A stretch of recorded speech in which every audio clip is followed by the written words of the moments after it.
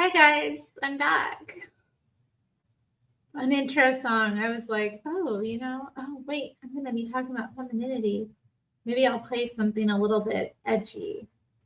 That was the Au Pairs with It's Obvious. Yeah, so I wanted to talk today about femininity. I'm sitting here doing some drawing, so I've been kind of ruminating on this topic for a while because I don't know, it's come up with talking to different women. Yeah, I wanted to give kind of my perspective on it. A lot of you who watch me know that I used to be not very feminine. There was a time in my life where I actually completely was trying to reject femininity entirely. When I was caught up in feminism, I kind of developed this ideology that femininity was wrong, harmful, degrading, oppressive to women and all that. And I have to tell you, that mindset is really damaging to you as a woman, and it's very depleting as well, because femininity is where we as women can rest. The lack of femininity is really challenging. A woman who rejects her own femininity is, cutting off her nose to spite her face. It's all you're doing is really harming yourself in the long run. And it has an effect on your character and the life you live. And women who end up going down that route whether consciously or unconsciously, have much harder times in life because of the way they are making things difficult for themselves when they don't have to. I kind of see it as well, it's all part of the breakdown of society in general, you know, starting with the lack of good family structure. And above that, a connection to God and doing what is right. That is just permeating society and has, you know, been wreaking havoc for generations, and every generation seems to be worse off than before because, you know, it's passed on. I have to say, first and foremost, it's a mindset thing. You have to change your mindset as a woman in order to even get to embracing femininity, because so much of it is mental. When we think of femininity, especially when I was a feminist, and I didn't completely think of it in these ways. I didn't think of it completely as external, but a lot of the time, the external trappings of femininity, you know, the appearance of women, the exaggerated hair, makeup, look, styles, the presentation, the ornamentation of women, you know, obviously that's very in your face, but true femininity is really something that grows out of an internal place. And I will say, though, physically getting into and practicing femininity on myself taught me to be more feminine as well. There is a part that the physical acts of self-focus and self-indulgence, if you will, helps grow the mindset within you. Because literally what you're doing is you're taking time to invest in something that is completely in the realm of the feminine. You know, it's ornamental. It isn't necessary. It doesn't, there is no functionality to it. If that makes sense to people, you know, it's all about refinement of what already exists. You know, it's like not something that you can do, or it's not that something that you can be unless you're willing to take the time to be a woman. Like, really, to be feminine as a woman, I should say, to embrace your femininity. It's going to take you time. You need to slow down to be in a woman's like world. And I think a lot of women struggle with femininity because their schedules are so disjointed and they don't have the time, or rather they don't make the time to invest in being in the feminine world, which is, it has a different time. Even you move differently in there, you do things differently in there. You know, you're not counting how many minutes it takes to do your eyeliner. You're not thinking about those things. You're thinking about the whole presentation of yourself, I guess. And also being lost in the moment and being creative as well. That was another part of it, you know. I forgot about the creativity in that it could not just be applied, you know, externally, but it was also something that we could do to ourselves as women.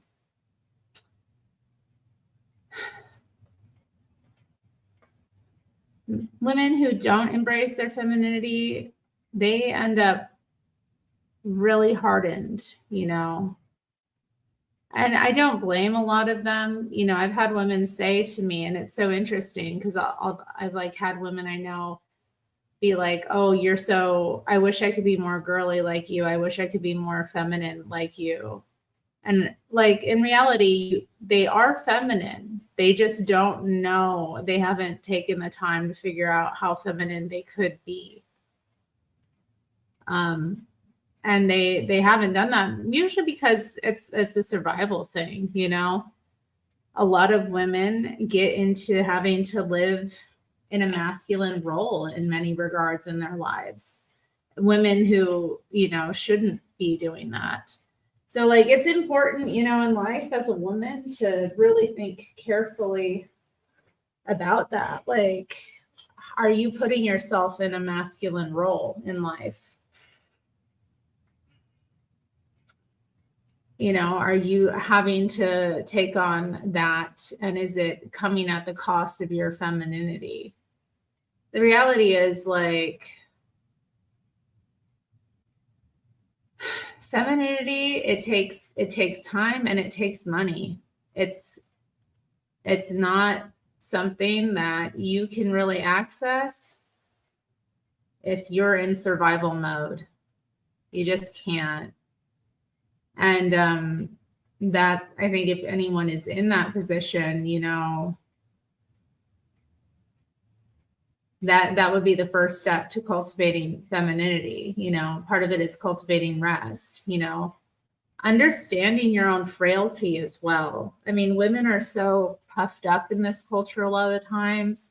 We're told that we're leaders, that we're superheroes, you know, we praise one another for all the things we do and get done, you know, and you look around, women are doing a lot. No doubt about that. But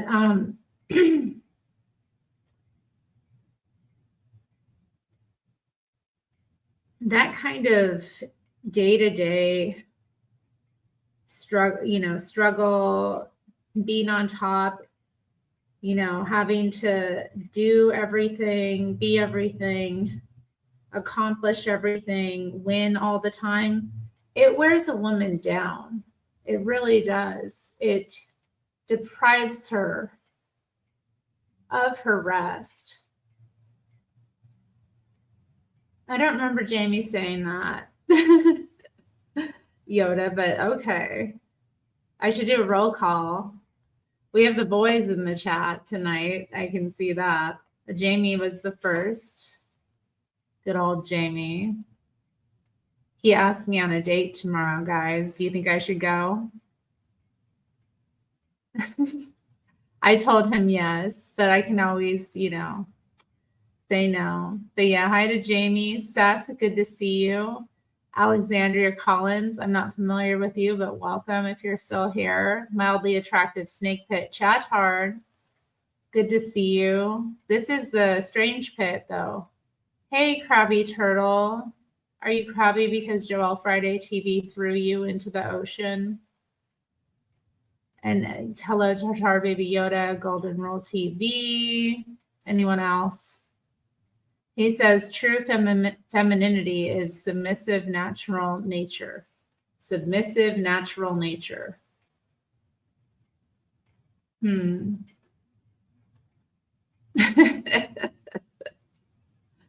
It's easy to be submissive, you know, like I read something interesting today. I think Zenny shared it on his Instagram. Hi to Arctic Timberwolf as well. He said something about how, or not Zenny, whatever the guy he shared was.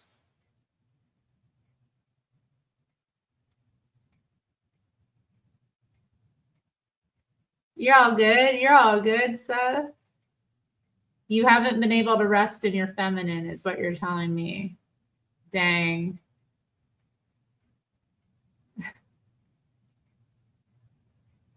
No, you guys, what? You're my strangers. You can swim. Good. Jamie says I can't say no. I wouldn't say no anyway. I miss you. I want to see you.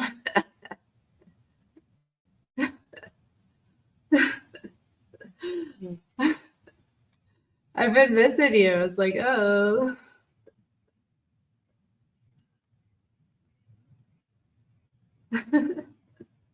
But anyway, a detour there. I was getting into that.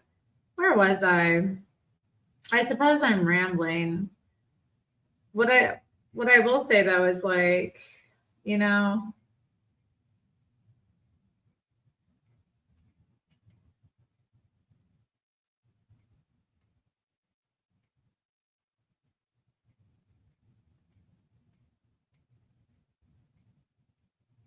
the biggest thing is investing in your femininity. You know, if you're not going to invest in it, nobody's going to do it for you. You have to invest time and money. You know, femininity is not, it won't exist outside of that. You know, you have to invest serious time and money in yourself. And you have to be okay with being self indulgent, you know, and you have to tell yourself as a woman that what you're doing, the time you're taking with yourself, the time you're, you know, investing in something that to your mind may be frivolous is really going to pay off for you in the long run, because it's going to affect how you see yourself and how you interact with other people. Literal physical femininity has an impact on your mind.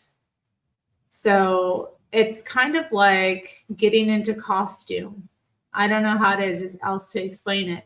When you look feminine, you're more likely to act feminine. When you're dressed feminine, you're going to act feminine. You know, it just will not work otherwise. The way the clothing feels on you, the way you feel in it, when you're presented a certain way, it changes your literal mood and perspective. It shifts your mindset. Like how you look as a woman really does affect you. And I think a lot of women, you know, they complain about depression, they complain about not being, you know, not feeling good, you know, or just being unhappy a lot of the time, maybe not even depression or anxiety. But if they just spent a little downtime brushing their hair, you know, moisturizing the skin on their body, pampering themselves, they would feel a lot better and they would bring a lot more, you know, to life. It would help lighten them up, you know. It's the whole purpose of it, I think, too, is it lightens your spirit as a woman to be like in that playful space.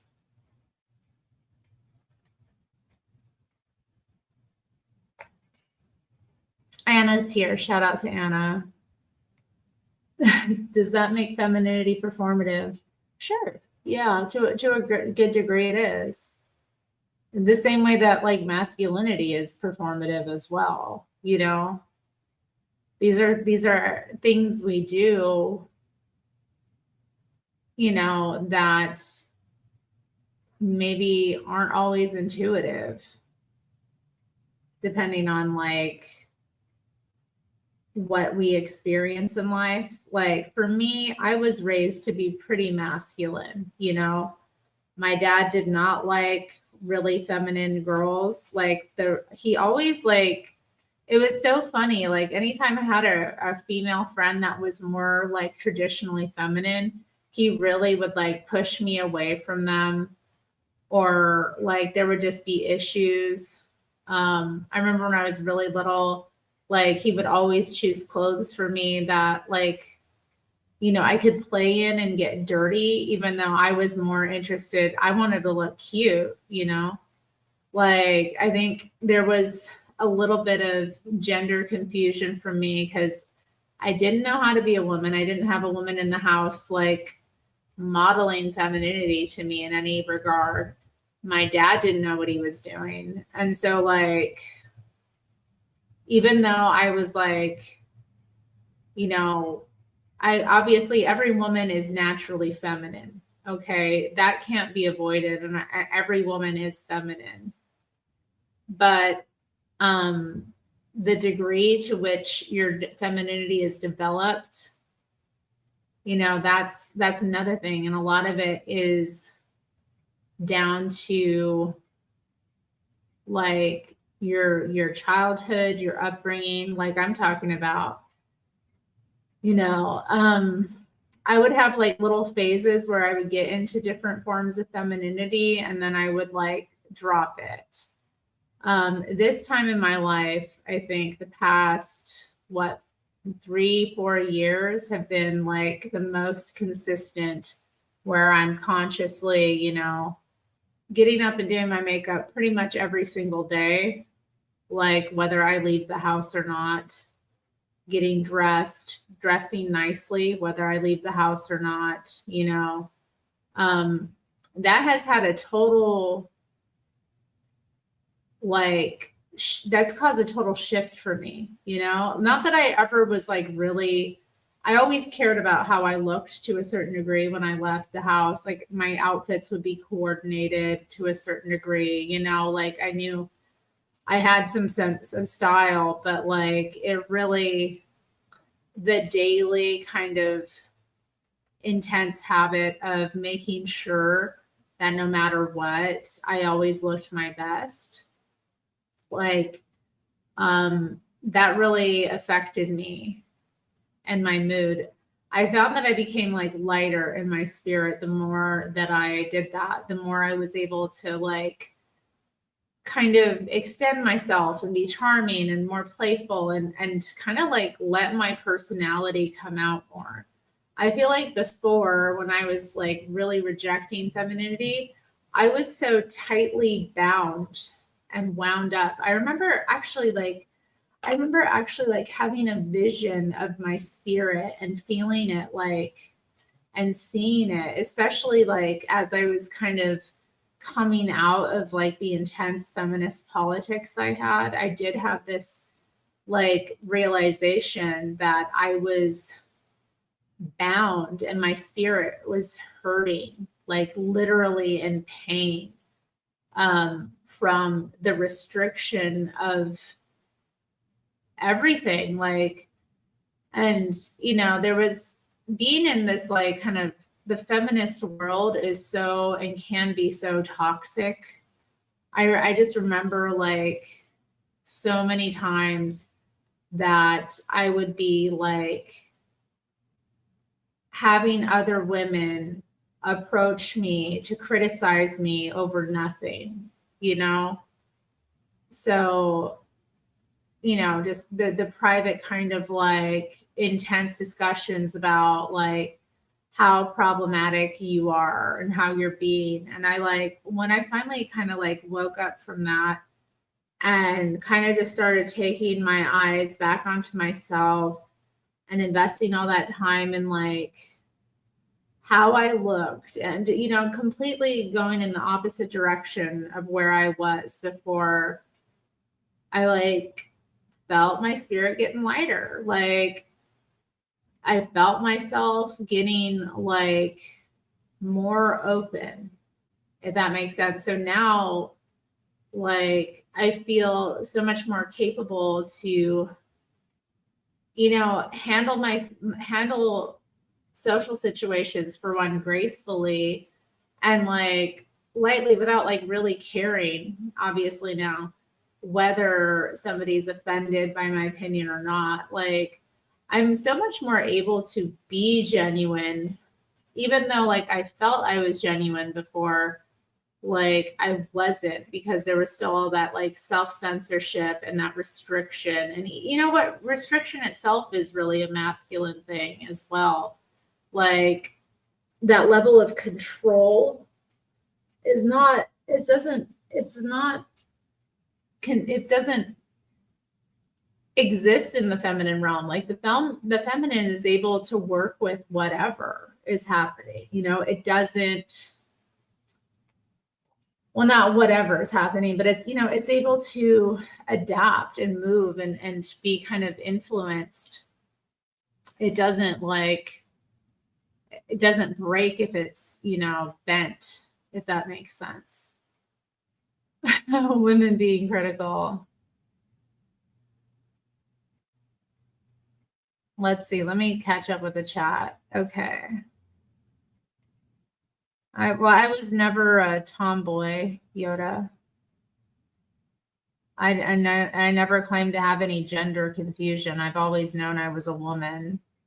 So Chatar says I was a daddy's girl like Margaret Thatcher. I mean, I didn't have a choice. I only had a dad. Well, we're reading Thatcher next. Okay, guys, we're going to read some Thatcher in this stream. Okay, the next book is going to be The Path to Power by Margaret Thatcher. I'm looking forward to it. Like a river glorious is God's perfect care. Okay, yeah. Was this something I mostly experienced with people online, in person, or both? I've experienced both. I will say though, in real life, in person, people are less likely to be critical in that way. Like women are far less likely to approach you to your face and like chew you out in those ways. But it really did mess with my head, you know, and I wanted to like, you know, I mean, that's another thing, you know, you think you can run away from femininity, but you can't, because everywhere you go, that's where you are. So like in this like, you know, radical feminist world where I was experiencing that kind of thing, you know, my desire was to like get along and to please, you know, to be pleasing to other people, to be liked by the right people, to be a, you know, thought virtuous. I mean, you know, when I think about it now, it's like, okay, yeah, you know, you can't really escape that, those female traits, you know, we're wired that way for reasons, you know. I mean, women serve a different function than men in terms of the survival of the species, you know, and the ways that we're different are good and right. But and obviously not all women are like that.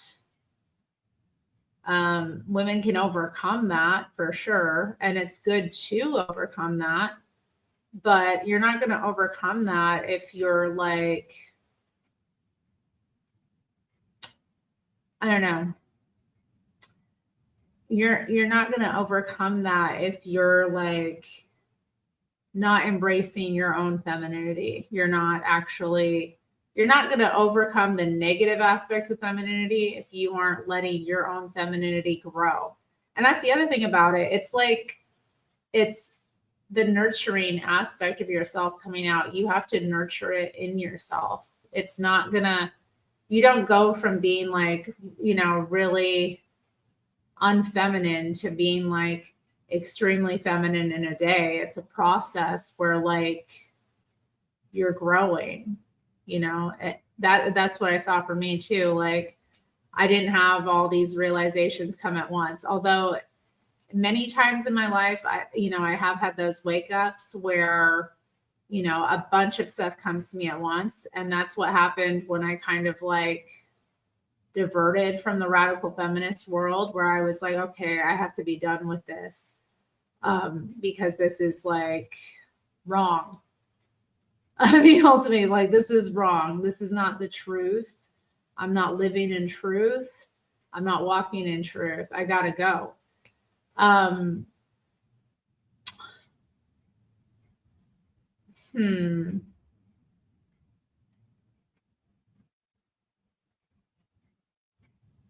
going to catch up with the chat. Hold up. I'm sure I could tell. Anna is a very open-minded person who's good at listening and respecting other people. Like, Anna I've known since like before even the radical feminist days, Yoda, like,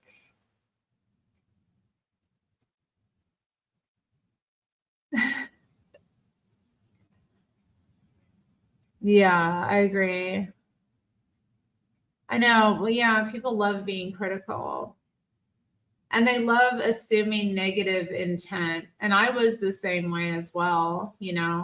It's so fun to assume that other people have negative intent, instead of assuming positive intent. But that's a whole other thing.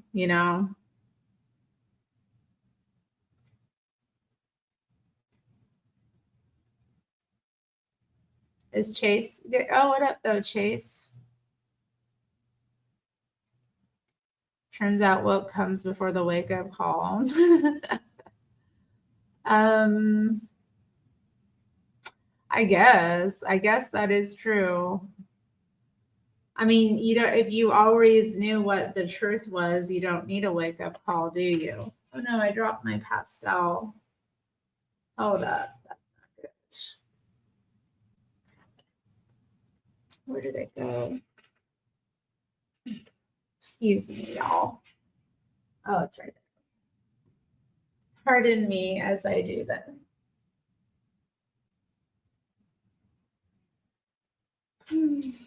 So yeah. Got my hair down today. What do y'all think? I thought it was looking pretty nice.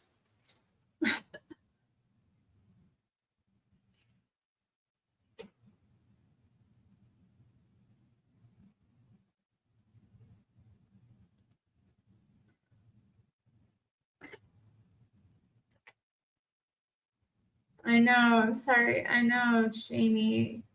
When we're married, I'll be able to call you and just be like, Jamie, please, that fell.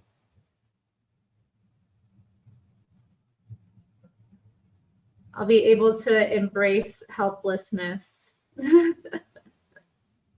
Finally.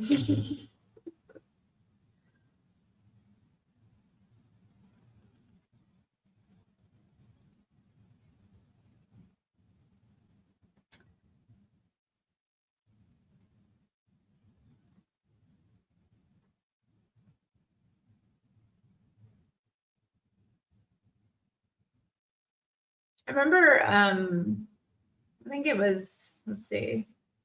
I remember,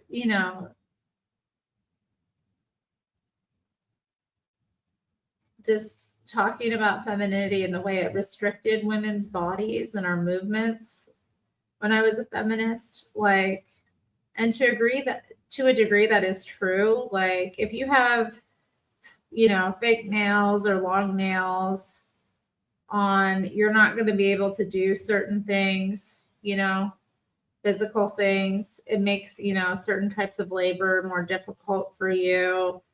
If you have on like earrings and, dangly earrings and long flowy sleeves, exaggerated sleeves, you're not going to be able to do certain things. You're not able to like be a workhorse, basically. I mean, that when I think about it now and think, okay, like, and I think when I thought about it too, I thought about like different workplaces I was in, and like the girlier girls, they did get out of a lot of stuff.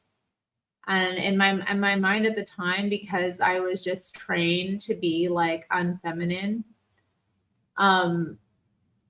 like, I don't know, I like prided myself on my ability to like do hard things,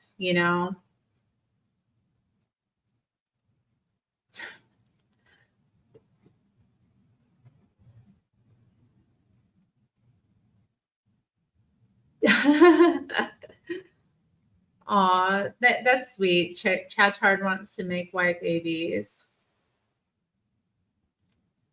Yeah, I think about that too. I'm like, God, if I have a kid, if I have like a small one running around here, I'm gonna have to like put so many things away, you know? Low maintenance. I am not a low maintenance woman. These nails are not low maintenance. It takes a lot of work to maintain and take care of real nails. Okay. Real nails are real investment. Okay. just because I don't have the like, tacky fake things on that women pay for. Like the reason women do that, pay for those a lot of time is because they don't live a soft life. They don't know how to like be more delicate. They have to be more hands on. So I'm just saying. You gonna go, Chase? Bye, Chase. I know. I'm sorry. I kind of cut it to you. I was like, I'm not low maintenance. Doesn't feel low maintenance. Feels like a lot of maintenance. Oh yeah. I know. I worry about that stuff like that. I did it too when I was a kid. I still remember like how tasty I thought money was, like little coins. I was like, these are so good.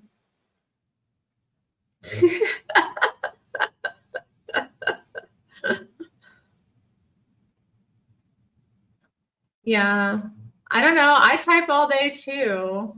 You figure out ways of typing. I mean, I don't type all day though, really. I do a lot of copy and pasting. I have a lot of templates. So I do a bit of typing, but mostly I'm like living off my templates because I just have to communicate the same things over and over to different people. So it's efficient. But I am thinking about putting my my templates, doing some like AI revision of them, being like, hey, make this more like, make this sound nicer. We shall see.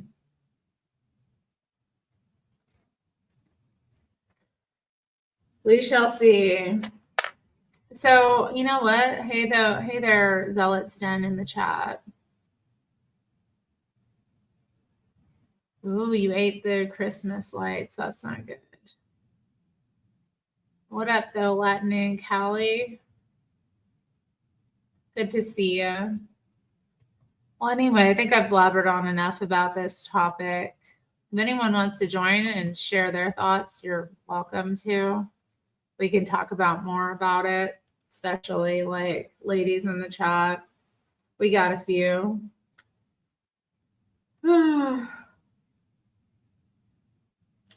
I think I'll go a little while longer tonight.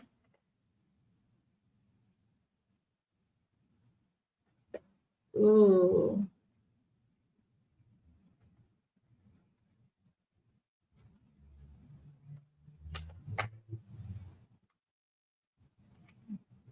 All the men have your permission to join. Thanks, Jamie. That's nice.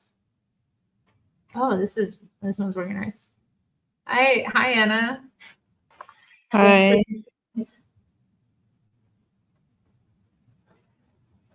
How you doing?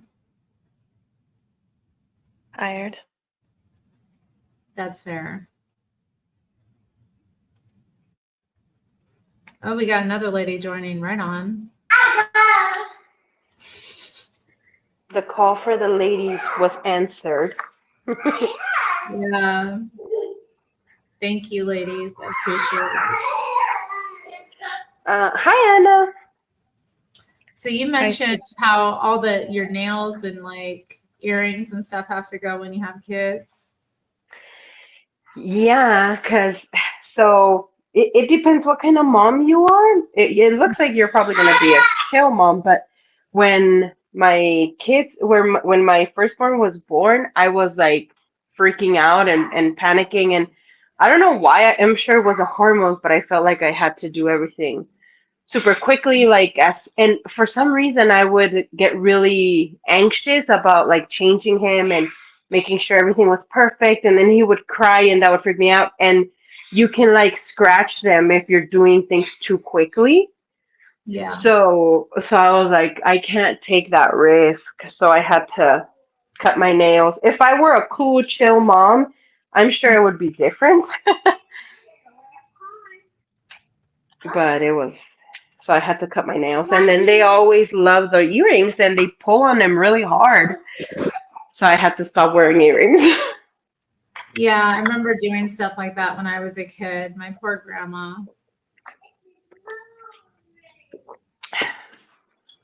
But now that they're older, my daughter, the youngest, is 2. Now I'm starting to think about letting my nails grow because they grow super fast and super strong.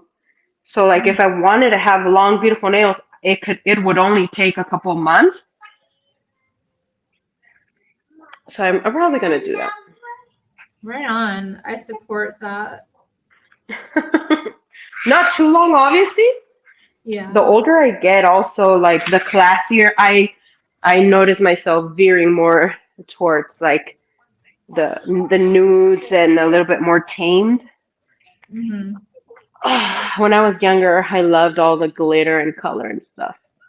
Yeah. That's more appropriate though, at, like holidays and that kind of thing as well. Yeah. Like, I don't think I don't like those really like, you know, I shouldn't say maybe I'm pretty adventurous, but I do feel awkward when my nails are flashy. I like them to be more, I don't know, subtle, like or classic. And I can't do like the length. When I say long, I mean like a little long, but too long, it starts like getting hard to do stuff. It gets hard to like do your everyday stuff. Or you have to figure out how to do it differently. Yeah, and I'm not gonna I'm not gonna take the time to do that.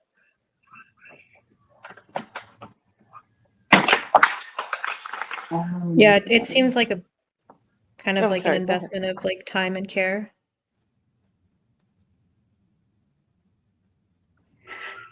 But there really is something. Like the other day, I did my hair. I blow dried my hair, and then I put the curlers, and I did my makeup really nice. And I have to admit, like there's something about that that makes you feel so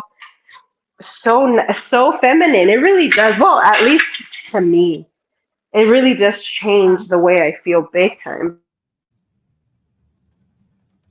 Yeah, I think so too. And I don't know if it's just like the time and energy, and there's like the ritual thing of it too. Like women have, throughout the ages have taken time to like do themselves up, present themselves, I guess I feel kind of connected to that when I do it too. That's part of the feeling of femininity. It's like, okay, this is like, I think about what my mother did when she was, getting ready, or, my grandma's or whatever, down through the ages, like what did they do to, or even like back in the day when they used to tie rags in their hair. Right. Yeah, I think it's good to point out like the ritualistic kind of nature of it. I feel like Mm-hmm. rituals in general, like sometimes they seem silly, but they also like ground us and connect us to other people and to our past. That's true.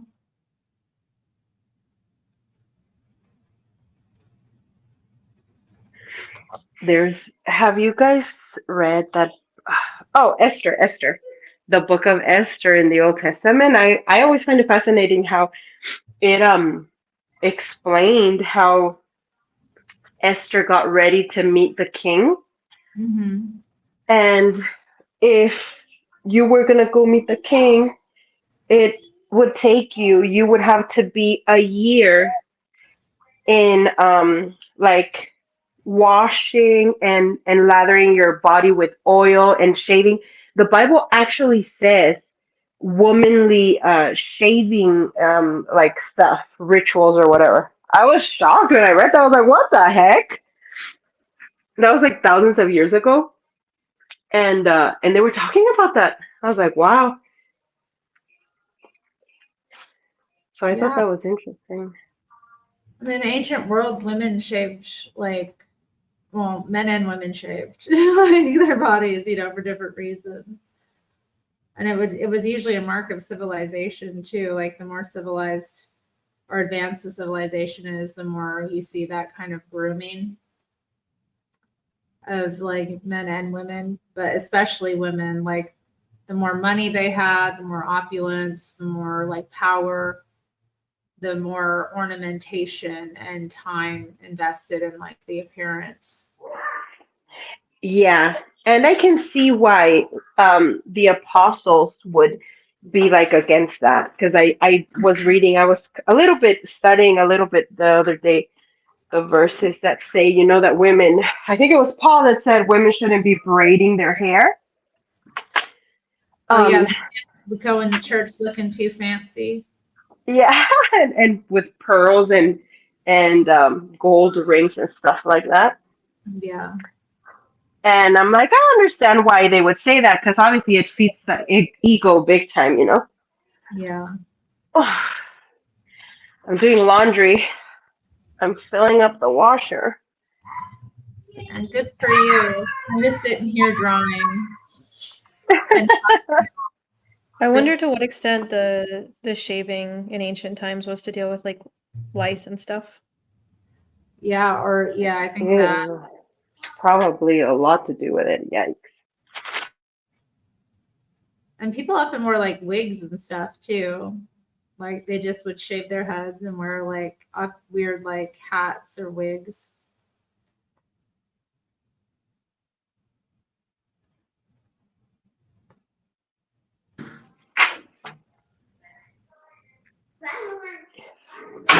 People do that to this day.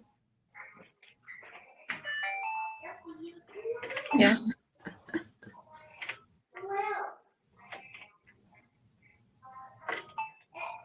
Whoa. Feminists are the worst. Whoa, dang. The worst. What is he talking about? Oh, I don't know. okay. I'm trying to catch up with the chat. I haven't even been looking. I'm remiss, I guess. Women always be running late, says, you think so? I try never to be late. I do not like to be late. Me neither. It feels I don't Yeah, like to do that. I overcompensate by like getting Yeah. there too early. That's right. I'd rather be early, than late because, obvious reasons. I don't like to waste other people's time, I guess. Feminism is gay. Yeah, a lot of it can be.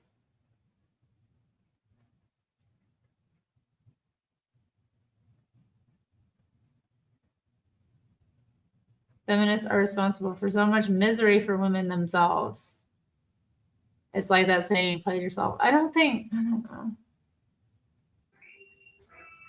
know. I think women would be miserable regardless of whether feminism made them that way or not. That's true. Because, like, people who aren't feminists are miserable. Yeah. I think, misery is just a choice people make. And having a feminist ideology definitely didn't make me not miserable. It definitely contributed to it. But, like, a lot of the whole reason why I even, like, believed a lot of the things I did, I think, was because I was already there,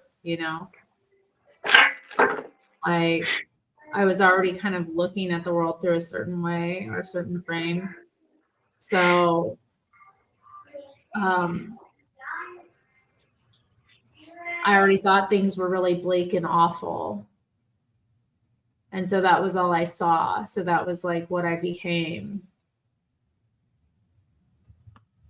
I think that there's a tendency to look at things from the perspective of individuals and individual choices and not look at like the systems underlying it. I think when you're focused on individual choice and like identity politics and stuff, like I don't know, you start like internalizing like that kind of responsibility about the state of the world. Yeah, I definitely had that going on.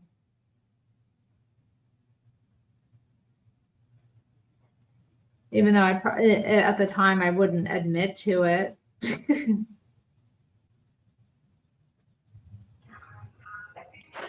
My grandma, who was a Christian apostolic, she was the most conservative woman ever. She never wore any makeup. She never cut her hair. She never wore pants. It was always, even when they went to Alaska, because they would go on trips to Alaska on those what are those called? The boats, cruises. Yeah, the On the, cruises. yeah, and it was freezing, and she was wearing her skirt.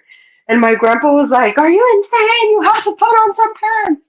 Anyway, and she was not miserable, but definitely she had a bitterness streak, Mm. and she would complain a lot, and she was like, and she was super conservative and stuff. She was the farthest thing from a feminist, but yeah, if you want to be miserable, you're gonna be miserable.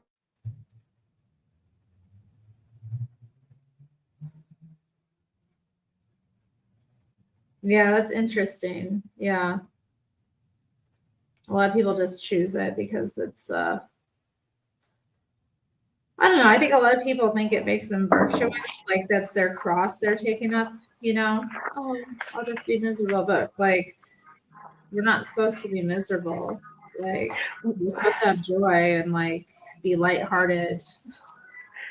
Well, at least for my grandma, I think she was a control freak. She wanted to control my grandpa. She wanted to control everything. Yeah. And I think she kind of like deeply like hated, deep down hated that she couldn't control everything, you know? Hmm. Ooh. Yeah, I think that might have been my problem too. Oh, I really? think to a certain degree, I wanted to have more control because I was out of control. So I thought if I could control others and myself to some degree, you know, or if I developed like a belief system that was highly rigid, that it would put me in line, maybe. It was like, you know, it was a compensation for religion, I think, you know, and all the different things when I was more politically minded, it was all a compensation for I think what I was missing. Right. I'm making coffee. I'm making coffee because I'm falling asleep. 100 Mexican wives are brutal. They are. And they're very common too. I know. I love when white guys talk about getting a submissive, like Mexican wife. I'm like, you roll the dice. Okay, good luck. Yeah. Little do you know what you're in store for. For sure. I know, yeah, I know a lot of Mexican women who like, you know, even if they kind of started out life traditional, like they got divorced really young. They got like Yeah. multiple kids by different men. Like it ain't people aren't what they used to be, you know. Right. Like our grandma's generation doesn't exist anymore. Like they're not on the market anymore, you know. Their dating days are done. I don't know what a featherwood is. Is that like a prison girl? What the heck? I've never even heard that word. And Featherwood? I think that he used it the other day, but I don't know. I didn't see you say anything, Chase. I missed whatever you said. Now I'm curious. Like, were you talking smack? I didn't see it. I'm gonna let it go. I'm just gonna let it go. I'm definitely not a featherwood, and I definitely don't get passed around. I'm not a joint at a party. Like, Anna's making it look like a feminist in comparison. Hey, we're just some girls chilling. We're not in A competition. nueca? Make it. What? Who's a nueca?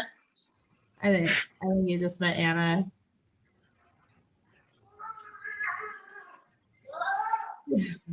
Right on, Anna. Right on. I found that way right now. No, I haven't watched your freaking movie. I told you I can't find your channel when I search for your name. I don't know what Zidane is talking about. I never act badly. Are you serious? Aw. Aww. That's Jamie nice. in that honeymoon phase, in the honeymoon stage. I'm sure I act badly. I don't know. Gentle, careful. I don't know. Maybe I don't actually. I'm pretty decent. I'm pretty tame.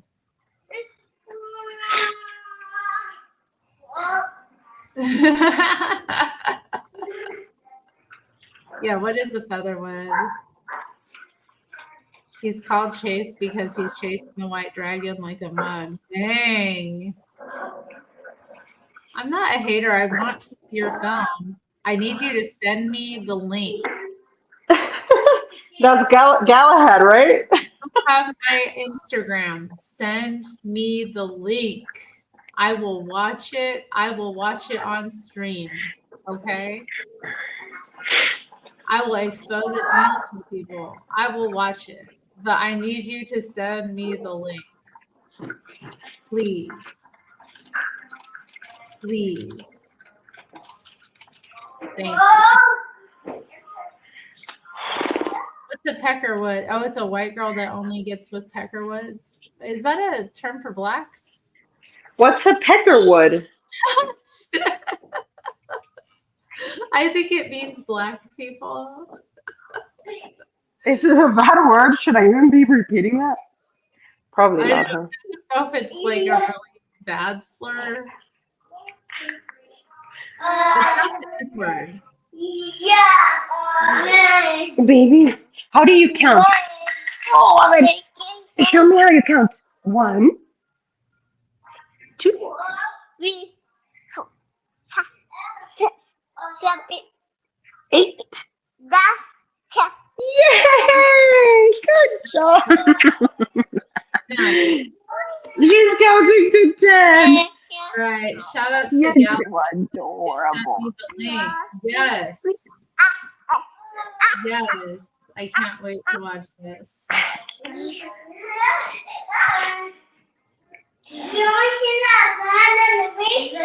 Cool. Thank you guys. We're gonna watch that this week.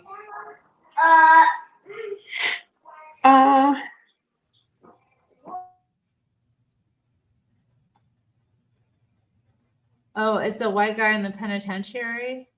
Is that what it is? A peckerwood is an Appalachian term for someone who's always knocking on something like a woodpecker.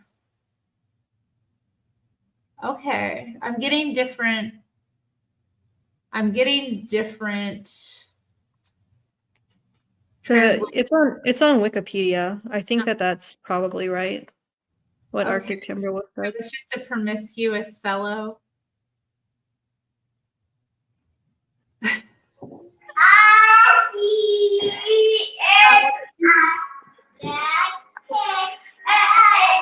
So a featherwood is a girl who dates.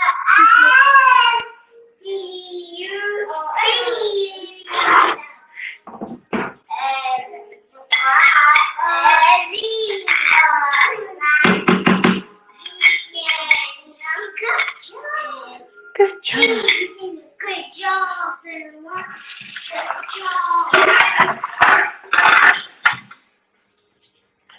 It means unreasonable person. Removes yourself from stream. You're no one to talk, Zeddy. I'll never get over that time you came on. That was amazing. Josh, like going, hello. At the reverberation, it was so awesome. Yeah, it's nice to hear kids. Oh yeah, it gets loud in here. Sorry. My neighbors with the kids moved out, so now I got no kids on my floor. And I've got the washer going and doing the dishes. It's super loud.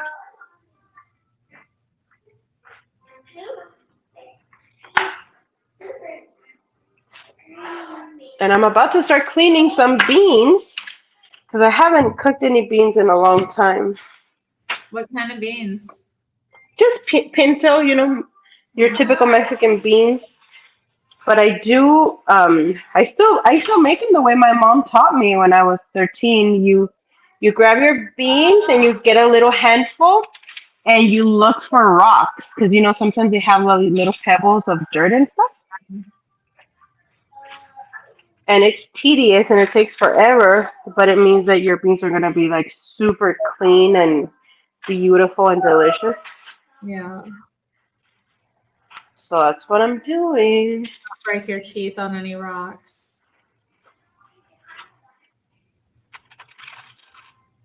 I can't really eat beans anymore. Oh, how come? They're just hard to digest. I mean, I could if I really wanted to, but it's like hard on my system. I don't know. Oh wow. Ooh, found one. Ooh, found two. You've heard what Nick, the American Anchor baby, that he says that we're the bean eaters and the rice eaters are the ones that are going to outlive everybody. Because apparently, like eating beans is hard. I had never thought about that. Like I digest them super well.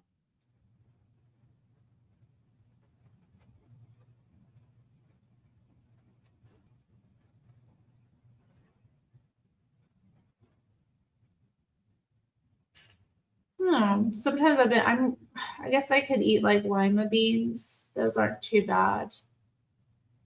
I like them too. I should cook some lima beans. See if I can get them. I love that soup, that lima bean soup. It's like a white, like, and I never make it, and I love it. I'm probably gonna make it tomorrow. Let's see.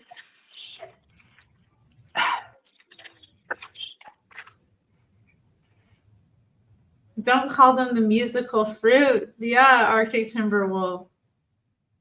I don't want to discuss why they're hard to digest or what happens as a result. I just can't be up all night dealing with that. Oh my god, that's hilarious. Cat getting upset at me. Oh. Whoa, are you serious? That's so dumb. Are beans seeds? Oh. Are they?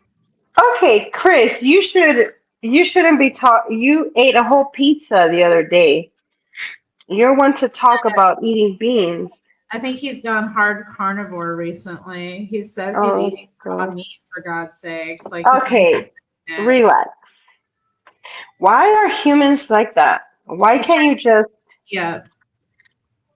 go carnivore? But why do you have to go raw? Like God created fire for a reason. Yeah, I can't. I don't know. I like steak tartare. If it's prepared properly, I eat raw meat, but like Kitpo. I don't have it in me to be preparing my own raw meat and that kind of thing. It's just sound gross. No, he did the whole song. Zealot's Den did the whole song. Oh What's no. No. that? Oh, freaking good. Oh, now he's talking about anti-nutrients now. Dang. He's been I mean, people have been eating beans and seeds forever. Yeah, take that, Chris. He got meat pill. I like red beans and rice. Oh yeah, that's good.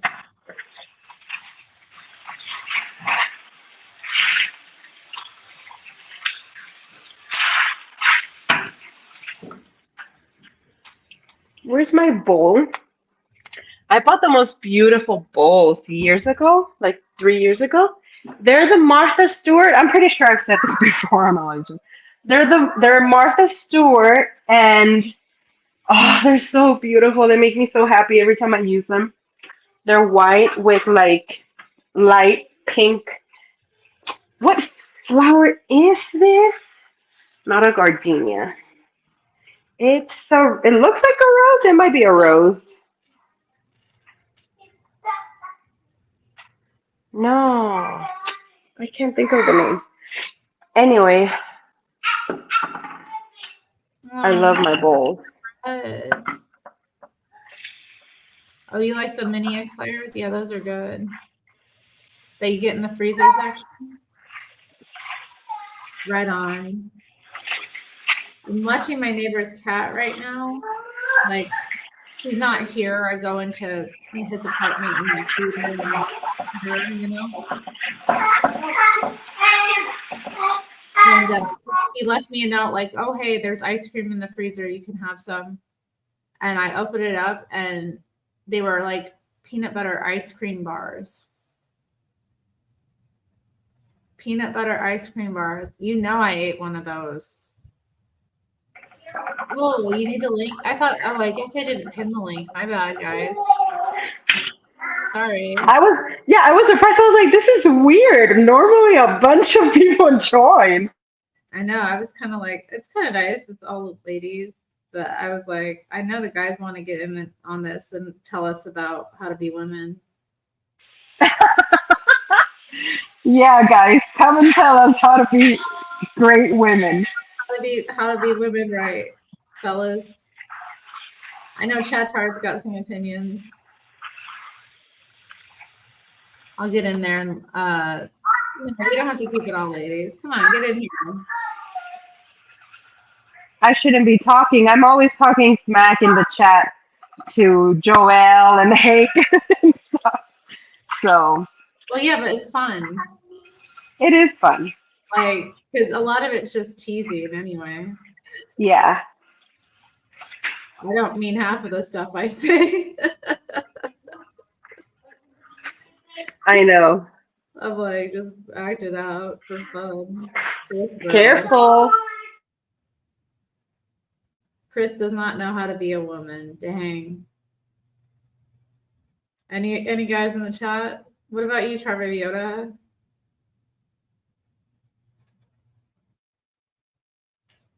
Ooh, there's water loss during the cooking process. Let women take over. Some of us believe that women are getting paid less than men. I mean, they are. Yeah, no, it's from he's quoting something from the JLP show on Mondays. They do Okay. Monday. And so the next skit is like Rachel Maddow saying that, but there's this, one line where it's like, let women take over. Is Jamie still here? I haven't seen him. Are you here, Jamie? Female Monday. They take women's calls like first on Female Monday, or so if you're a gal and call in, you get put to the front of the queue. Gotcha. Yeah. And then usually they'll have like a little segment that talks about women being crazy or out of control. Sure. Yeah, that makes sense. Like we do.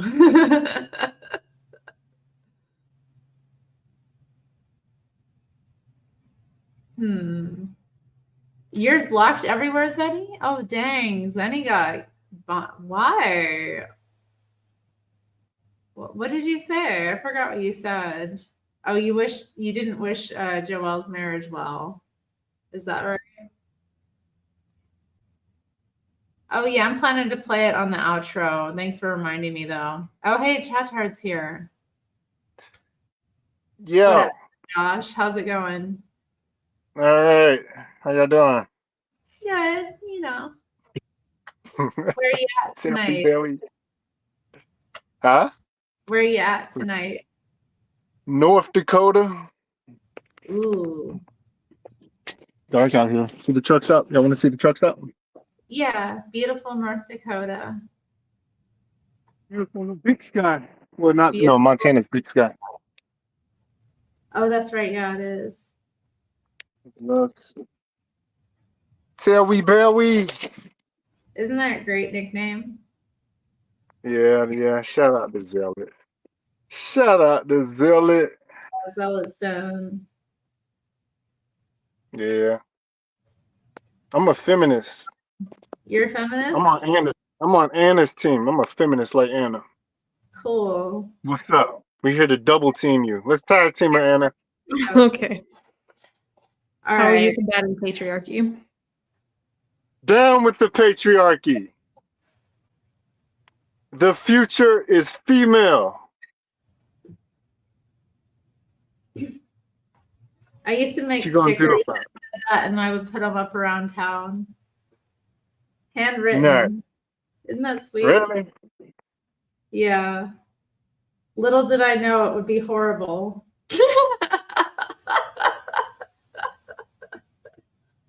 Is it Aw. horrible? Anna doesn't think it's horrible. It's not horrible, is it, Anna? I mean, I don't know how on board I am with like the future is female thing. Hmm. Oh yeah. Cool. I feel like Anna, you're more of a like, I don't know, you come at it from more of like an individualist, anarchist perspective, right? Where you kind of are looking at the most freedom for individuals, which would include men at the end of the day, I mean, right? like, I think, I don't know, like, I actually wouldn't say I come at it from an individualist perspective. Like, I would say, like Sorry. patriarchy is a system of, oppression that constrains. It constrains the behavior of both men and women in different ways, and we should work together to overthrow it. Interesting. Men have a vested interest in destroying patriarchy. Yeah, I think so. What would men gain by eliminating patriarchy? Do you think? I think it constrains like the actions and the way that men are like allowed to behave in pretty serious ways. Mm-hmm. So like ideally just allow them to be like more authentic humans. Interesting.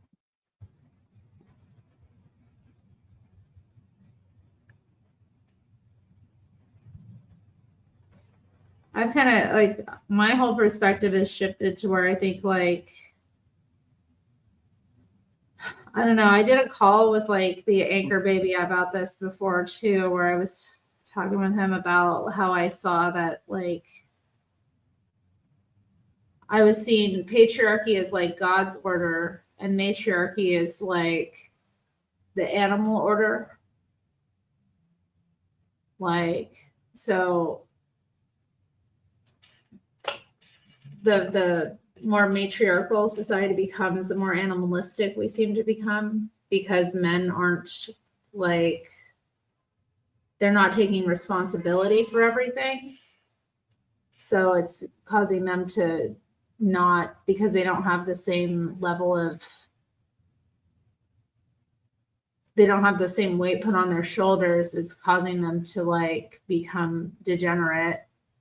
And then also like, when I say that, I mean like they're not developing into the kind of people they should be. That's why we have like grown men that are like very boy-like because they've never had to take on responsibility the way men have in the past.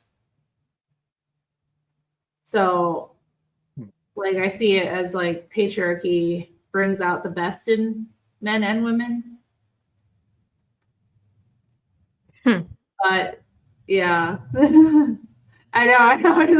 You're like, you need to laugh. I don't even know what even is patriarchy. I don't even know what that even is. patriarchy is just male rule, like men being in charge, the father being the head of the world and the family, like the father being the leader, essentially. Really? Yeah, so daddy's in charge I of the don't family. even think, you know, is I don't even think daddy's in charge. I mean, well, it's really like I just see it as like a role. Like Hmm. he's not in charge. He's just like I don't really think there's really a difference between men and women. But there is, it's like there obviously is, but really it's just different roles, you know, if that makes sense. I don't know.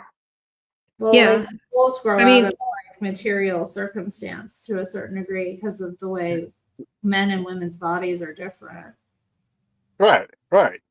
So it's like on a football team, there's a quarterback and there's a receiver, you Oh, hey, know. Brandon's here. Welcome, Brandon. What up? Where's Jamie? I don't know. You might be watching. I haven't seen him in the chat for a bit. Yeah. All right. He Yeah. probably is, eating or doing something. What up, chat tard? I'm Brandon. What's up, Brandon? What's up? So you don't think there's a difference between men and women, huh?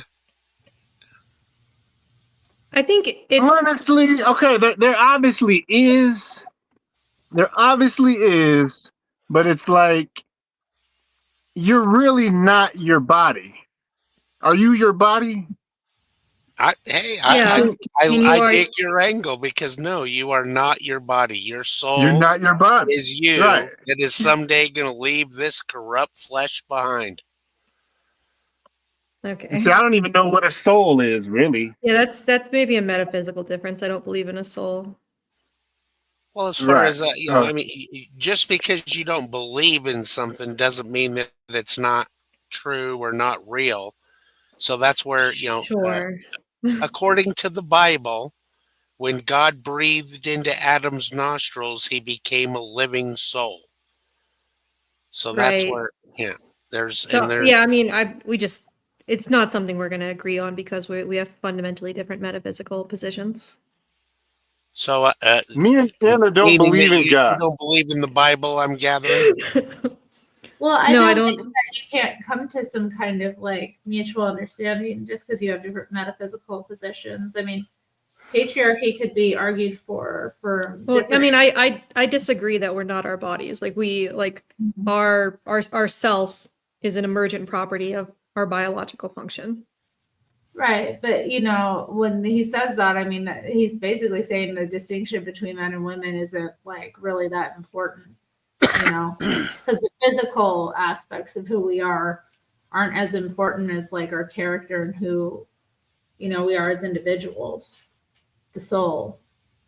Right. Well, it's like Anna she says she's a feminist, but she don't seem like a feminist, really. You know, that's not who you are. That may be what you like Agree believe or with. whatever, agree with, or I don't even think a Christian is really a Christian.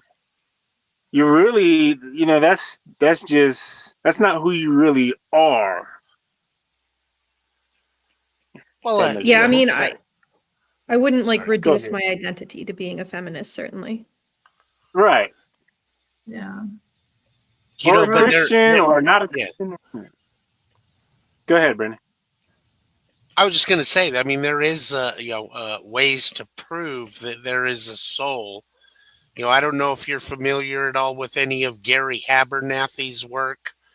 He's written a few books of just getting near-death experience reports and some pretty extraordinary reports to where people, claimed that they were in the hospital and they left their body and they reported certain details of conversations between doctors and nurses and stuff that, I mean, everybody's like, it's impossible. They were in a freaking coma. Like, I mean, there's no way they could have heard this conversation.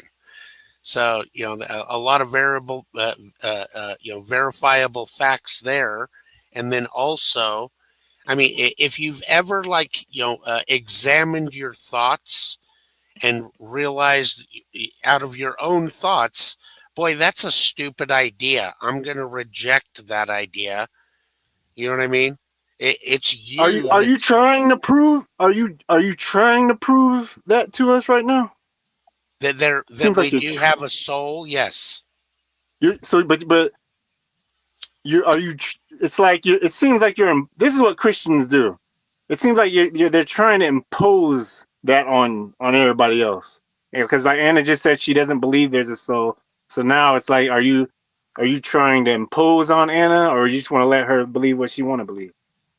Well, I mean, I think that believing in things that are not true is dangerous. That's why we all have this search for truth in us. You know what I mean? All of us thirst for truth Do just you by think so? nature.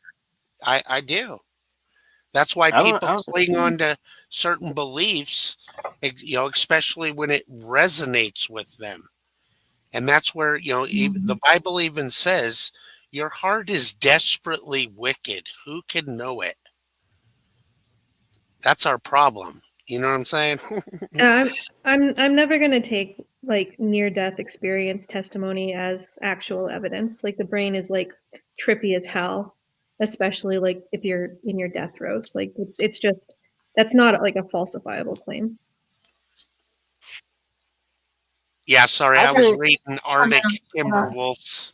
He's always on me for some reason. There's Hi. Jamie. What's up? Hi. What's up? What's up, Jamie? Allah. Hi, Jamie. So Hey, the current discussion is do we have a soul? we are. Me and Anna are fighting all you three. What's up? What y'all want to do? We're tag teaming. I'm actually on Fight, Anna's. fight, I'm on fight, Anna's fight. side. I'm on Anna's side on Like this. You're on Anna's side? In the sense that I'm on Anna's side. I don't believe in substance dualism, That you don't but I believe in believe what? Sorry? substance dualism, that the Okay, I'm not soul, the familiar. mind, and the body are different substances. I don't buy that. Hmm. But I Well, do it's think I do think we are souls. Adam became a living soul. So we're not merely bodies, but I don't think your soul is a You don't have to goes get separate from the body. Is right. that what you're saying? Interesting. well, then how do you explain death? Like, I mean, when Jesus gave up the ghost, and all of the guys that gave up the ghost in the Bible, that's talking about the soul. So the King James uses that language, and it's also translated as breathed his last, because the word there is actually the word for spirit that's translated spirit elsewhere in the Bible. So that into your hands I commit my spirit, or you know so that word with it's translated in the King James, which I'm fine with, giving up the ghost, is breathed their last, because the word for breath in the original language in the Hebrew and reflected in the Greek of the New Testament is the idea of the word breath and spirit are the same word in the original language. So like when Jesus says the wind blows where it wills, and it's the spirit, it's like the same word. So like wind, breath, gust, and spirit is the same concept. I don't Well, understand none of that. yeah, see, and this is where, I mean, I do have a complaint as far as like, a lot of people go to a Strong's Concordance or a whatever, lexicon. And the problem is nobody actually speaks Greek or Hebrew or anything, and then they look up these singular words for a definition.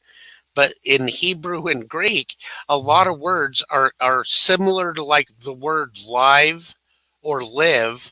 You know what I mean? They're spelled the same, but have completely different meanings, and someone that doesn't speak it can never detect those differences in context. You know what I'm saying? That's why Yes, I context determines meaning. there That's you why go. different Get in translations here, are Arctic Timberwolf. the different. I know you're King James only, so I don't really want to get into that argument. I don't want to argue with you about it. The King James version is I a great cannot teach a translation. It's my man to favorite be a one. man. But some translations that are, I would say, are faithful translations would differ on translating it breath or spirit. So I want to show you though. This is where I've been, putting together a little presentation on how all these other new versions, starting with the New King James, it comes in and changes major contractual issues when we're talking about a contract or a covenant. So this is, more proof that the King James Bible is very unique, and I do believe it's the only version that fulfilled the prophecy in Psalms 12, verses 6 and 7, that the words of the Lord are pure words, as silver tried in the furnace of earth 7 times. O Lord, thou shalt preserve thy word for this generation forever. He's saying, I'm going to preserve the contract. Because in All contract right, law, real quick. Let me Let's talk about let's talk about and let's see what Anna. What's your take on that? Because I don't really take the Bible like that serious. Like Anna, you don't believe in the Bible at all, right? No. I mean, Right. yeah. have you ever studied prophecy, though? I mean, as far as like, that's what convinces me beyond a Right. shadow of a doubt is that God claimed that he would prove who he is by using prophecy, and that there's no one else that can see the future. So that's why he So uses prophecy to prove that his word, the Bible, is his word. let's so how would you talk to someone like Anna she just shuts off when you do the Christian talk? Can you do yeah it without let's the not Christian talk at all? let's not do that conversation on this live stream because we can do it on my channel. It's just not like Okay, the no, others. just out of certain, just human concern for another human being, I would Yeah. at least encourage you to consider, just go to push all the religious nonsense to the side, and then just ask, was this man Jesus of Nazareth telling the truth about who he claimed to be or not? If he was, then maybe I should listen, because he claimed to be God, the creator, manifest in the flesh. So if he's telling the truth, God showed But it's up. like a never-ending argument. It sounds like it's a never-ending argument.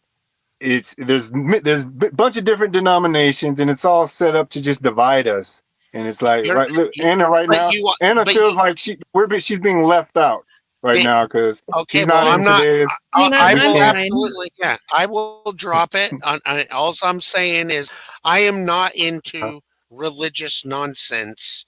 I only care about what is actually true. What's the actual truth here?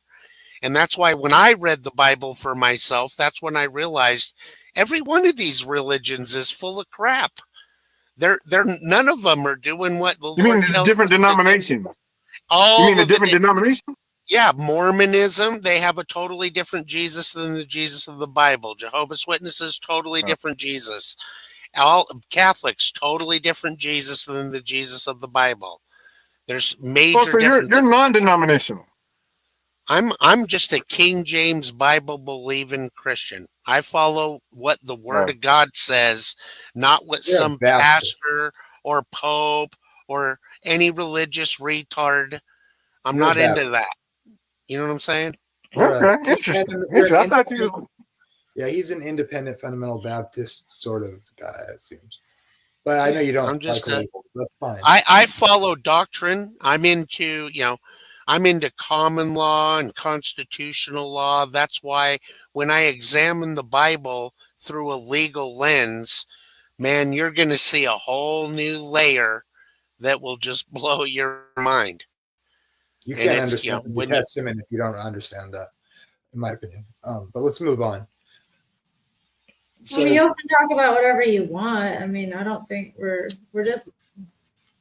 It's just a chill stream, you know. We're just well, talking. your eternal destiny depends on, whether or not this guy was telling the truth. So that's why you should just examine his claims for yourself and judge for yourself rather than having some religion pump crap into your head. Look at that picture. It's tight. Read the contract for yourself. You know what I mean? That's what that Bible is. It's actually a contract. That's why it's called the Old and New Covenant. That's right. Does it remind you of anyone? That's my boy. Ferguson. You're a cat guy, Jamie? See that? Look, Terry, move your head over and see The up there. cat Yeah, reminds Jimmy's you a of cat guy. Megatron. Right there, that's my boy. Right there. The kitty, yeah. That's He's Terry's got cat. little green eyes, so I thought I'd do a little tribute to him. Nero is the name out of the Bible, right? What was that? Sorry? Nero. Nero was a Roman emperor. Yeah. Persecuted Christians. He did persecute Christians. But there's a lot of in the South. There's a lot of Baptist churches named Mount Nero Baptist Church. You ever heard that before? Nebo. Oh, Nebo. I heard No, Nero. I heard No, Nero Nebo. Baptist Church. Probably Okay. not. Mount Is your Nebo. cat persecuting? Have you ever heard? Do you know where the term Roman candle comes from? No. So, They torch where? Christians. Nero used to douse Christians and put them in the streets, like on a pole as a street light. So that's why they were called Roman candles when they would burn them at the stake. So That's he's pretty evil. grisly.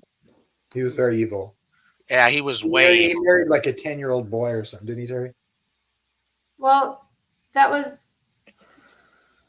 He kind of lost Is his your cat mind. evil? I mean, Why'd you name him Nero? well, I was a witch at the time, and it's a cute name, and I liked the emperor. Nero. No, he was a really. I mean, a lot of the things that are, you have to understand. He was really unpopular with, the rest of his, his contemporaries, his peers, but the common people really loved him. So I don't know. He's like Hitler. See, I could show you the contractual issues from the New King James Version, I Jamie. think the name Nero suits him. He's an emperor, he's a very regal boy, He was a fucking Hitler, straight up. That's what Nero was. Terry, He was do you think I'm he all was grandma? brutal, dude. He was Yeah, brutal. he was. Terry, do you think I'm all grandma? Is that what you least like about me? I'm all grandma. I love grandmas. There you go. I You're ain't more no- grandpa, I would say. Lisa, you're tearing me apart, Lisa. Lisa, you're tearing me apart, Lisa. What is that from? I did not hit her. I did not. Oh, that's from that movie with James Franco. Right. Yeah. What's the name No, of it that? was the original. He's talking about the original one with is that Oh, guy the Irish? actual guy. The room. The actual guy, yeah. What's the I name did of that not movie? hit her. I Fuck, did now I not. gotta know. The How's your room. sex life? The Room. The That's Room. right. Yeah, that shit cracked me up, man. Tearing me apart, Lisa. Now Franco did an excellent job acting on that movie, dude. He did a great job. I never saw Franco's version of it. I only saw the original one that was The on real actual one, huh? That's the funny. real actual one that's crappy. It's all back. Actor guy, yeah. Her mom was evil. What does that even It was her mean? mom that was the evil one. What does all grandma what does that mean? I'm trying to understand what it means. I never seen a grandma with a mustache like that. No. Grandmas usually get beards anyway. Like just because I have my Is he like, not free? Is he not free? free Franco. He's a sex fiend. Oh, I know about that, but I didn't think he was in prison or. They hate us because they ain't us. I saw that Franco movie. You know that movie? Mm-mm. Yeah. What is that from Pineapple Express or something? That's from the one with the Kim Jong Un. I forgot the name of it. Oh, okay, yeah. I think I Pineapple know. Express was funny. I never saw Pineapple Express. No, it's pretty good. That's the weed smokers. That's the weed smokers. That's the Devil's Cabbage movie. I just thought it was funny. Who's that guy? The guy in that that's the drug dealer? Like, what's that guy's Jonah name? Hill or somebody? Not The Jonah. Danny McBride guy. Danny McBride. Yeah, I Oh, yeah, love Danny that McBride. dude, man. I love that show. Eastbound and Down. Eastbound and Down is my show, man. Eastbound was and a funny Down, show. that show kills me, man. I love that show. I have a special announcement, guys. Are you all ready? What up? So I What did the up? drawing of Nero. Tomorrow is Nero's birthday. He's going to be 10 years old. Nice. 10. You My got him little, presents. I have presents for him. You got him I presents. need to get a big ass cool cat for my property, dude, just for the rattlesnakes out here. Oh, yeah. They love catching snakes. They Yeah. kill snakes? Cats Yeah. kill rattlesnakes? Yeah. Well, I don't know about The snakes can't. The cats are so fast. The snakes can't really.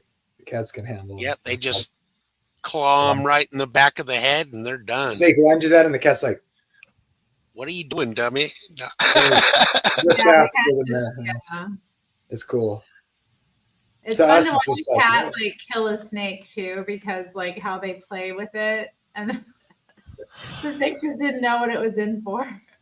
I have a big badass rooster, dude, but my dogs would be like Oh. fucking lunchtime.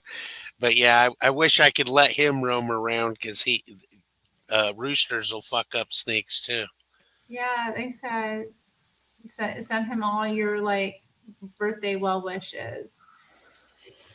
Half a century? No. You're not that old. You look so good for 10. I call him Python. You call him, that's right, you do call him Python because of how he eats. No, he had no teeth. He has no teeth, so he's like, when he would give him dry food, and he's like, "Bleh, bleh, bleh," like a snake. No, don't say that. It's cute. It's cute. And then when he bites me, when he's playing, he'll like bite my hand, and it's like he's trying to eat me. It feels like you picture a python trying to eat you. It's funny. It's cute. Will you get along with your cats? You got cats at your place, right? I moved to Portland. Oh, you did. Oh, you did. You didn't know that? I moved down here. So I'm in Portland now. I So didn't I care look too like much that's for not- Portland myself. Huh? I didn't care too much for Portland myself. I mean, I don't like their politics, but it's a pretty cool city. Yeah, we'll see. The Columbia River that's pretty on 84. Driving through that valley. Yeah, That's right real all pretty. through 84. It was when I first came. The first night I came, it was like snowing and it was dark. It was a mess. But yeah, when it's nice out, it's a great drive. A pretty drive. Yeah. I have a Yeah, bunch I of think half Pacific brothers. Northwest Oh, is- sorry. I was just gonna say I think the Pacific Northwest is like environmentally like pretty interesting. It is. Yeah, I think Washington's it's the only worth it. state with all four major types of environment. It's got rainforest, desert, blah blah blah, and blah blah. Mountain. Yeah. But I got some vitamin D today. The sun was out. I went out on my balcony and I just sat in the sun with my eyes closed for like 10 minutes. Yeah, I don't think Chris is actually totally wrong. Like I told Terry, and I was being on it. I was being serious. I feel when I got here and I walk around or whatever downtown, like or in the suburbs, and I mean this not all obviously, right? Not everybody, but like generally speaking, there is kind of a vibe, like everybody looks tired and sort of weak and sort of like limp. Is the way I'd describe it. So I was like, I told Terry, I'm like, I'm gonna like do good here. Like everybody looks so tired and weak. And it's weird. Interesting. Like they're all vegans or something. Mm.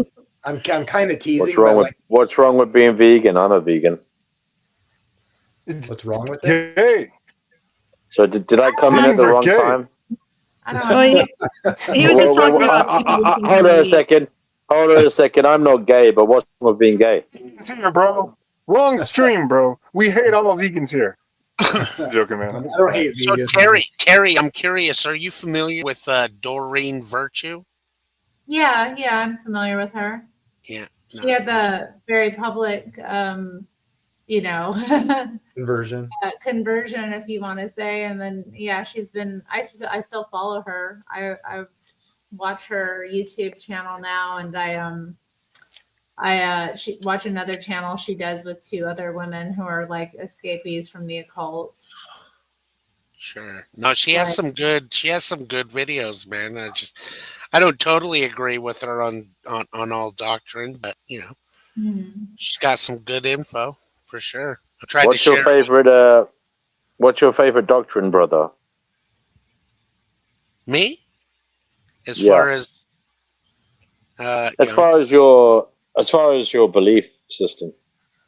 well, I mean, you know, I'm kind of graduating past the salvation point, and that's where you know, I'm getting more into the whole, you know, like how King David said, you know, in Psalms 55. Oh man, I'm gonna botch it. Hold on. Let's see. At Psalms 55, 51, 5. It says, "Behold." Oh wait, that's not the one I wanted. It was. Jing. Hold on. You don't gotta find the exact verse, man. Just say it without the. No, you could just say give it. us the Just say gist. what you want. I wasn't expecting Yeah, a quote, man. Yeah. I was just expecting okay. what's your favorite? Well, basically, I'm all hung. I'm at a point where I'm, you know, all hung up on, you know, that the law be good if a man use it lawfully. So being Cool. skilled in learning law is, you know, God being a judge. He does everything in a legal manner. So that's why, you know, I find this subject fascinating. Right. Yeah. That What do you we've been guys think of? given authority. Sorry. Yeah. What do you think of free will? Because I don't think there is free will, and like, there are certain like for example, Calvinism or Presbyterianism.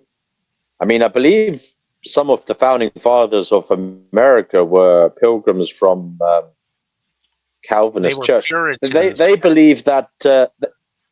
Yeah, they believe that there is such a thing called predestination, so that we don't actually have free will. What we have is a situation where God created entities, as in humans, knowing whether they were going to be saved or damned before they were created, and we are just living out our existence because of God's will. What do you think of that view? Yeah, no, I think that's you know, Because it does. Yeah, sorry. Oh shit! Thanks, no, Jake. I just want to say because when I'm utterly Sorry. opposed to it, but I do appreciate the Calvinists' contribution to the Protestant Reformation and the spreading of the gospel of righteousness and justification by faith. Yeah, I But believe yeah. that it's chosen. I don't believe in free Yeah, will. I mean, But yeah, you here's don't the believe in free will problem. either. Yeah, here's the problem with Uh-huh. that, though, is that, you know, Yes, she does. number one, you know, from a legal aspect, you know, one person can't have a contract with themselves. You have to have, you know, at least more than one party to a contract or a covenant, and that's where, you know, and I mean, it would make Well, maybe unless you take a different view that everything is of God, therefore everything is God. I mean, I don't know whether that is in any way biblically evident, but that is a kind of. There are some kind of theologians who say because everything is of God, everything is God. That's pantheism. Yeah, that's That's not. panentheism. Yeah, no. Even like kind of a Spinozan view on it, you know. And I can kind of see that. I mean, I'm being honest with you. I was raised a Catholic. I looked at the Church of England for a while. Now I am agnostic. But I have, by the way, I've been reading the Pistis Sophia and Gnostic texts. I don't believe them, though. I don't believe them. I think it's an interesting story. And I think, if I'm honest, as a narrative, I'm being honest here, the Pistis Sophia does a good effort in explaining it, because it talks about it does go into great detail about, how you can be saved, and what happens after you die and stuff. I won't say to you it's worth reading, because I know that might insult you, but I'm studying it now on my channel at the moment. But just like out of interest. I like what RGA Luna said. I think that's traditional Christian understanding of the early church and most Christians today, is that, well, God knows all things, but we're free. We have free will. So like, God didn't determine every detail of every child rape. It didn't have to happen. So the early traditional Christianity said that God knows the future. So the open theist will say, well, then it's open, which means he can't know the future. And that's a whole different philosophical discussion. But I tend to think it seems like the Bible presents God as knowing the future, but not determining evil, because he calls it rebellion, for example, or there's words like if, or there's like, if this, then that, and then that thing doesn't happen. And so it seems like there's multiple possibilities. There's a verse that says, take heed, he who stands, lest he falls, for God is able to make a way of escape when you're being tempted, so that you can bear it. And obviously people don't. Or God said he commanded people to do stuff and then they don't do it. And then he's disappointed. Right. All right. I mean, fair enough. I mean, I don't know how you could say someone knows something, but then doesn't know it's going to happen. To say, I'll have to contemplate that one. I'm not saying you're wrong. I just have to think about that. But I think if God knows something completely, he would know something before ahead of time it's going to happen.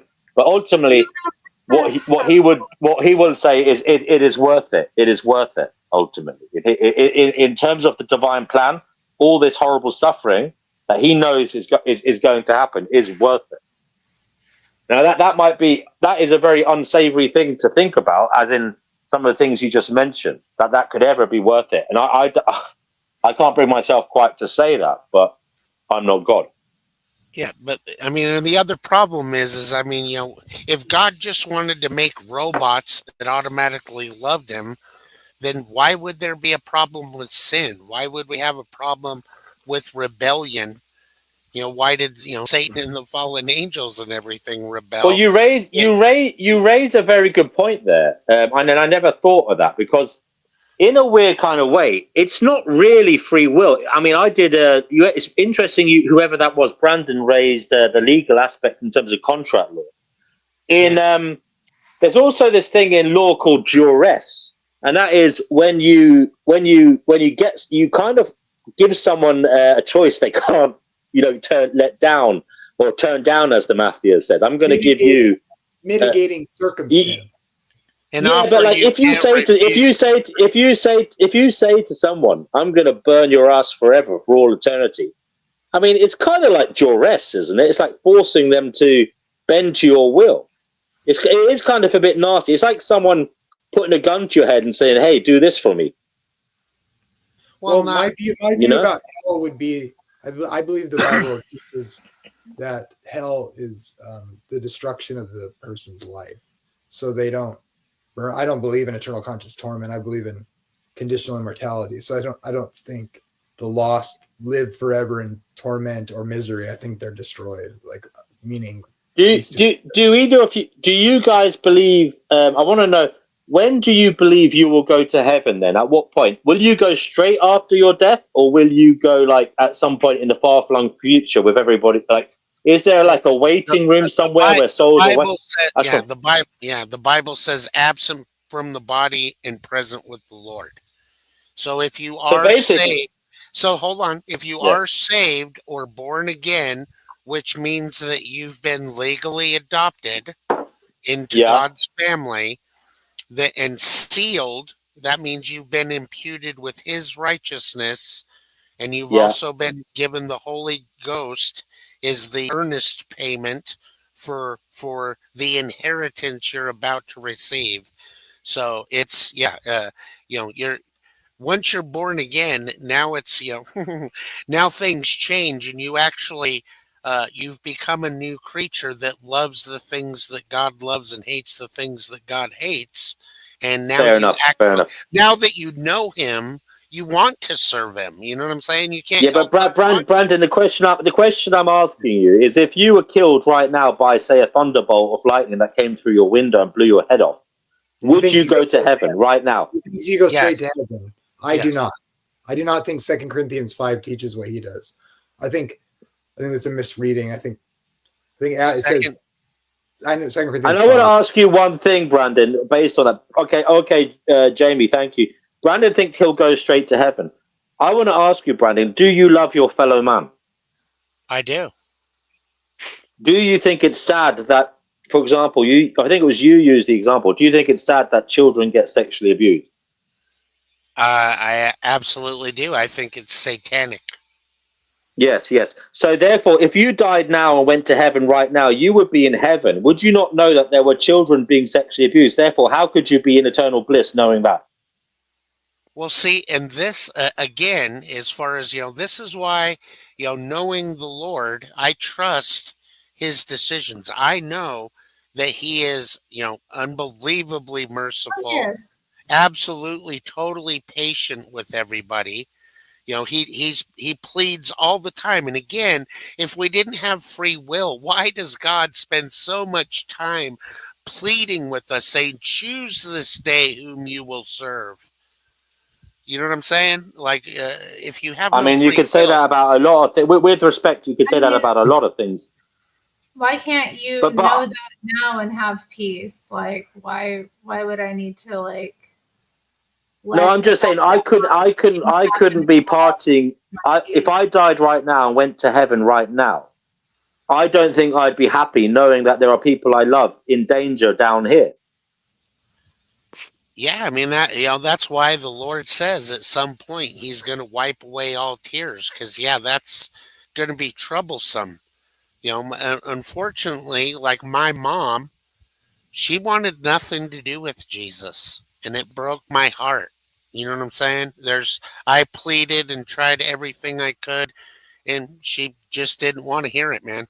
Wasn't interested. So I have no evidence, nothing to believe that she went to heaven according to the Okay. Bible. You know what I mean? This is a contractual issue, and this is where people don't understand.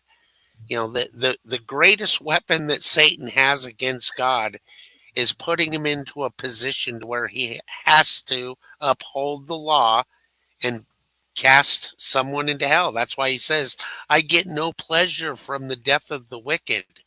It is my will that all repent and come to the knowledge of the truth." It's God's will that everyone be saved, but not everyone is. That's because of this free will issue. That's the problem So here. another problem I have, and I don't quite understand it, but I'm not a genius like some of these theologians. But the problem of Theologians are Jesus dumb. came, and not all Yeah, of them, I don't think. I think I mean, all they're of them very. are. But go ahead. You can be Go very. ahead. I You can be clever of this world, but it doesn't mean you know what's going on. Do you know what I Yeah, mean? you see what Um, irritates me with the YouTube community is that it doesn't ever seem to be like a pursuit for truth. It's more of a, I'm right and you're wrong. I win the debate kind of no, crap. yeah, yeah. I I'm mean, not interested. personally, yeah, no, I'm not interested in that. I try to be good faith. I genuinely admit to you all, I don't know what's going on. I really don't. Okay, and I do fully admit that, and I wish I did, and I want Y- to. I want to What find I out. would highly Me too. recommend, what I would highly recommend is a guy named Dr. Bob Moray, and he did a Mm, video that's on YouTube called just put in Robert Moray or Dr. Bob Moray claims of Jesus, and he does right. an excellent job I'm just pointing out, here's the claims that Jesus made, man. And you need to imagine I can't trust any man though. That's my issue. I don't trust you. I don't trust the guy you're talking about on YouTube. I just like talking to people like here's the thing, too. who aren't referring me to other men. Yeah, I don't trust anything in the Bible. I just I don't even think Hold you on should a try second. to Did you say you don't trust Chattard? Did you say you don't trust anything in the Bible? No, not really. I'm with Chattard here. Chattard is on my team. So let me Chattard is on my team. Yeah, let me explain something to you. In the Bible are true. It's a good book, and I'm not against the Bible, but it's just but a book. Can I just say something before you speak, Brandon? Because I know you are a true believer, and I know that you're going to defend your faith, and I implore you to do that if that's what you want to do. But before you do that, I definitely side with Chattard here, and I don't mean to be disrespectful. I know this is a channel of believers.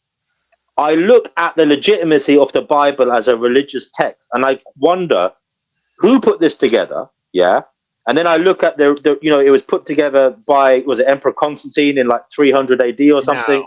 No. Now, by the way, Anna, what's your hold take on a second. Hold on a second. It was formulated. The texts were pre-existing, Brandon. But if you look at the history, the historical evidence is the Bible, as we know it now, the books, the Gospels that are in it, in the New Testament, were chosen by Emperor Constantine and his court in about 300 AD. This is during the Roman Empire, okay? That's why it's called Roman Catholicism. And then obviously later on you had the Protestant Reformation, but they still had the same Bible. Okay? Do you by any chance there were I'm just saying to you, Brandon, there were other texts in existence at the time, but they chose. So now the Christian explanation of that is, oh well, this is God's will, and these are the ones that were by divine will they were chosen. Let me reveal something to you real quick. Okay, so this is where you got to. As long as it's not your penis, I don't care. Yeah, I'm not gonna. You know what I mean? Nobody wants to see that. So, anyways, so I'm gonna leave that alone. But what I'm trying to point out is, number one, when you examine how we know for a fact, because the Septuagint is where a bunch of Hebrew scholars translated the entire Old Testament into Greek 200 years before Jesus was ever born. So we know for a fact all of the Old Testament scriptures are all at least 200 years before Jesus was even born. No, I know that. I know that because obviously the Jews existed before Jesus. I know that, and the Old Testament is basically the Jewish Bible. Yeah, I know that. Quick, what I want to point out though is in the book of Daniel, there's a prophecy given in Daniel chapter 9, where the angel Gabriel comes to Daniel and says, "Look, the Messiah is going to be revealed exactly 480." Well, I hear what you're saying. Now, Brandon, with respect, I've literally just been reading the Pistis Sophia. I don't believe the Pistis Sophia. It's a Gnostic text. It was written in about 100, 200 AD. Now, in this book, it gives all these stories, and it is Jesus talking. In this version, it is Jesus talking about how he ascended into heaven and he went here and there, and he's telling all these different stories. And basically, it's just a series of Mary Magdalene and Jesus talking, and Peter coming forth, and John and James, and they're all saying, "Oh yes, the story you've told has been prophesied in David or whatever it is, Simeon or whatever it is." And so basically, you can see that in the Pistis Sophia, there is a story written that is the same as some ode of David in the Bible or some psalm, right? And it's got the exact same kind of narrative. And I'm saying to you, that's not proof enough. If you're telling me that's the proof, well, what about the Pistis Sophia? I don't believe the Pistis Sophia. Why should I believe yours based on that kind of evidential burden? Okay. Yeah, so real quick, you should totally check out. Joe Rogan had a show like maybe a month ago. Oh, fuck Joe Rogan. But go on. Well, hold on. But he did have a guy on there that is a hardcore historian and biblical scholar named Wes. Yeah. But anyways, he goes over a lot of really profound evidence. It's worth watching. And but Yeah, yeah. anyways, Let's get Anna's take on the Bible. What's your take on the Bible, Anna? Seems like it's probably made up. Ooh. well, I tell you what, guys, this channel, Terry, lovely to be here again. I've been here a few times again. This has changed since I was like last time I was here, you couldn't fucking say one word against the Bible. But today it seems to be a bit more open. Atheist rule. It's I don't Team know. Atheist. We took over. No, honestly, I the think last there time just happened to be like maybe the only atheists who come to Terry's channel on the panel right now. yeah. No, I'm not knocking Terry. I'm happy she's happy, you know. Yeah, we need I think she's found diversity. some. No, we need different. I like having Anna here. You know, we need a feminist. yeah, I'd rather Terry she just picked converted up to Christianity what I than wanted to say. Islam. I'd rather she became a Christian than a Muslim. And I say that as someone who guys has a don't- yeah. girlfriend who's a Muslim. You guys don't find it at all remarkable, though, that like it was prophesied, let's say more than 500 years before Jesus was even born, that that God would scatter the Jews out of Israel, and you can even read a lot of old Mark Twain Oh, writings. come on, for fuck's sake. Well, Do you believe the stories of the... I mean, geez, the Passover. The Jews just had their Passover. Are you telling me a God is worth, worshipping? A God who had to get the bloody Jews to put a load of blood on a fucking door jamb off an animal they sacrificed because he couldn't figure out where the Jewish babies were. Are you telling me that's a God worth something? Are you telling me that's God? Hold on. God would obviously know where the Jewish babies were. That is the most insane, batshit crazy story I've ever heard in my life. So you don't see how that's a foreshadowing of Jesus's crucifixion? Listen, even if it was, doesn't mean it's like I could just make up a story today, right? Oh yeah, this is kind of similar to that story. So what? You know, Shakespeare said there's only about 12 different stories that humans can tell anyway. Okay, everything has a kind of way of being. You know, there's a beginning, a middle, and an end. There's going to be similarities, correlations. We're all human, and also, unfortunately, these bloody religious texts, they're all borrowing from each other, swiping left, right, and center. Now, I'm not saying there's not God, and I'm not saying there's possibly some divine inspiration. I'm just saying don't be so sure you have the perfect mix, brother, because everyone else is saying the same thing as you, okay? And I don't know, you're not making a good argument as to why I should follow your branch Well, of the I fucking don't tree, even okay? get a chance to talk. I'm still waiting. So You're let saying, me know. oh, it's based on a story. That's a story. It's because it's a similar story. It must be I'm true. trying Oh, wow. I'm trying to Fucking point out. do. What I'm trying to point out is that when Israel became a nation again in 1947 and 48, that you don't understand that was prophecy being fulfilled. I don't think Was you it? understand. Absolutely, it was. I don't think you understand the impossible odds of Oh, the Jewish people coming back to Israel while Hitler was out to destroy them. Guys, you're boring old Mud Duck in the chat. He's upset. I'm kind of bored too. Old Mud Duck is bored. Old Mud Duck, what would you like us to talk about, Old Mud Duck? Think about grandmothers and fathers. Well, Anna, have you by any chance ever heard of Kent Hovind? I have not. Okay, well, Kent Hovind has debated hundreds of biological professors at universities, every atheist, and just absolutely obliterates them and shows them actual in your opinion. scientific. No, I'm just telling you, he brings out scientific proof and facts showing all of the evidence for Noah's flood. I mean, Oh, for fuck's sake. Oh, Jesus Yeah, Christ. Are you there's no serious? chance I'm going to spend my time watching this. Like, I appreciate you trying to recommend. It's just, it's not a subject matter that's very interesting to me.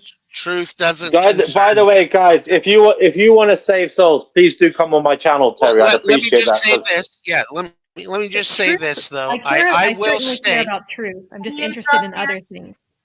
Can you drop your Okay, channel well, in the private again, chat? you know, It, Your channel. Yeah. the channel is called Finding Gnosis. Now, I'm not a Gnostic. I just use the word Gnosis because it means knowledge. It's called Finding Gnosis. Okay.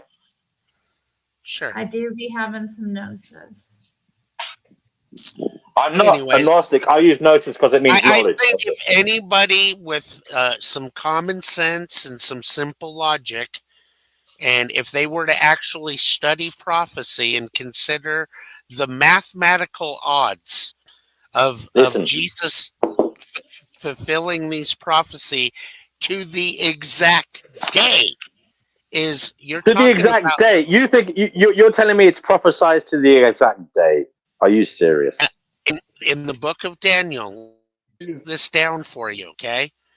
I point this You know out. they changed the, they changed the calendar. I don't know. They changed the calendar in about the 17th Brother, century. So I okay, can't.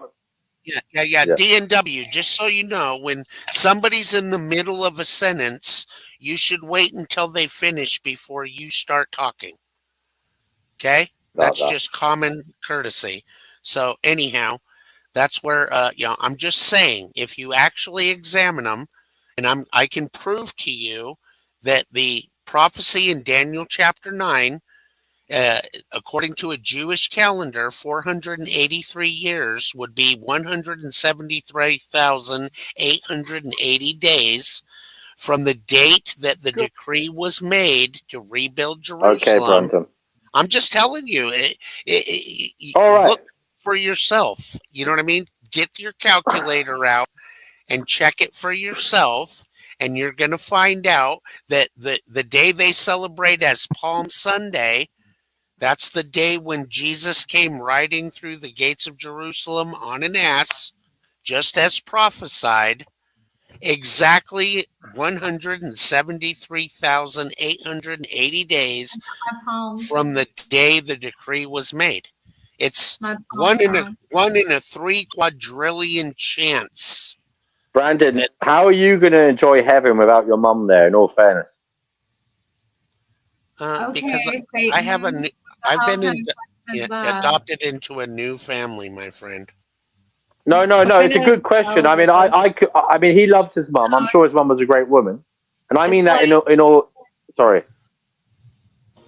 Yeah. Does he really believe that his mum, who is a good woman, he loves her? Does he really think she's not going to heaven? I think she probably is. If there's a fair system, I don't I think don't that think you're see Brandon. I over. don't think you're any better. I don't think you're any better than your mother. I'm not. I am a testament of God's patience. The fact that So He would what I'm save. saying to you is, all I'm saying to you, I'm sorry to use this example, but it is true. You love your mum. Your mum was a good woman. You said you're no better than her, and yet you're going to dance away for eternity in heavenly bliss, and your mum isn't. Why is that fair? And how Because can you I ever be? accepted How could the you? How could you be happy? How could you be happy in heavenly because bliss I knowing your dear accepted. mother is on Satan's coals? It doesn't make sense, mate. I don't think Brandon, God is going to burn Brandon, people Brandon, forever. Yeah. there's a reason why Jesus said, "Let those who have eyes to see, see." Don't waste your time with this guy. He's cursing you out. I'm not He's cursing him clearly out. he's told you that he doesn't care. He's laughing at you. You're explaining blah blah blah. And he's laughing. Why? I don't understand why Christians do this. Why would you waste your time trying to make somebody believe something that he's not going to believe? You can show him all the facts. It's not going There's to no fact help. showing, darling. Never, Don't misuse the don't sacred word that throw is your fact. pearls You to haven't shown me swine. one fact, Don't baby. do it There's because not they're one. not going to believe. It Hey, doesn't matter what you show them. They're not going to believe There's it. not So one what's fact. the There's not one point? fact that hey, has been shown. And the little here, I have attitude, a fact. the little condescending, blah blah blah blah blah. I'm sick. I'm tired, and I'm not going to deal with it anymore. That's all I wanted to say. Thank you, Terry. Sure. Hallelujah. Thanks. Hallelujah. Yeah. Okay. Well, Oh, the So prayers. My I prayers have been answered. My prayers have been answered. Hallelujah. DNW, you need to take it down a notch. Like the way that you're Sorry. talking to Sorry. people is not okay. Yeah. well, No, you don't, D&W. Keep on talking to everybody. Keep well, on going, D&W. No, it oh, is but cute. see, No. let me just say this: as far as on the issue, I'm on God's side. I see. So am I. I see just so you as know, I see you as a demon. I see you as a demon. I'm on really, God's side why would you say because so? I believe we're all God's children. I believe Okay, we're all of God, okay. and I Well, believe you have this weird little thing where you think you're better than somebody else, no, and you no, think I don't. Let me just explain, okay? And try not to you want interrupt.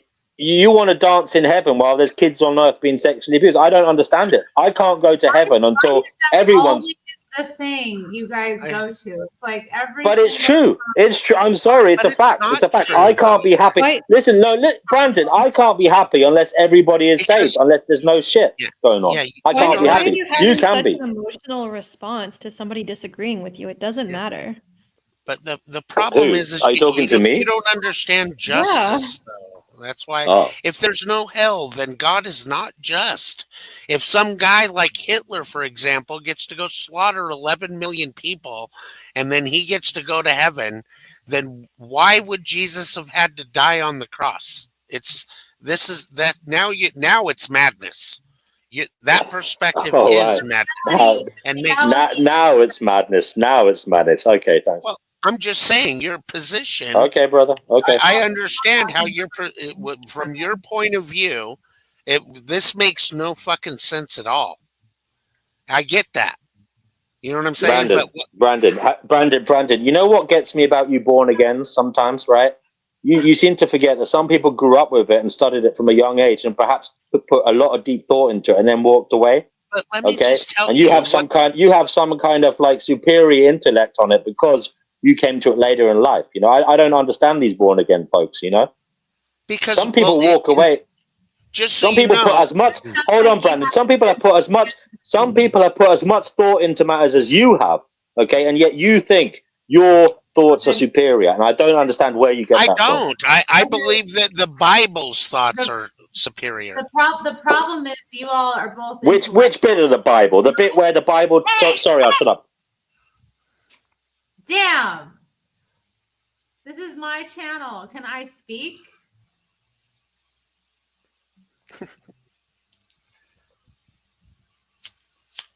Damn. Go on, darling. My apologies. Do you remember what you were gonna say? I'm saying My apologies.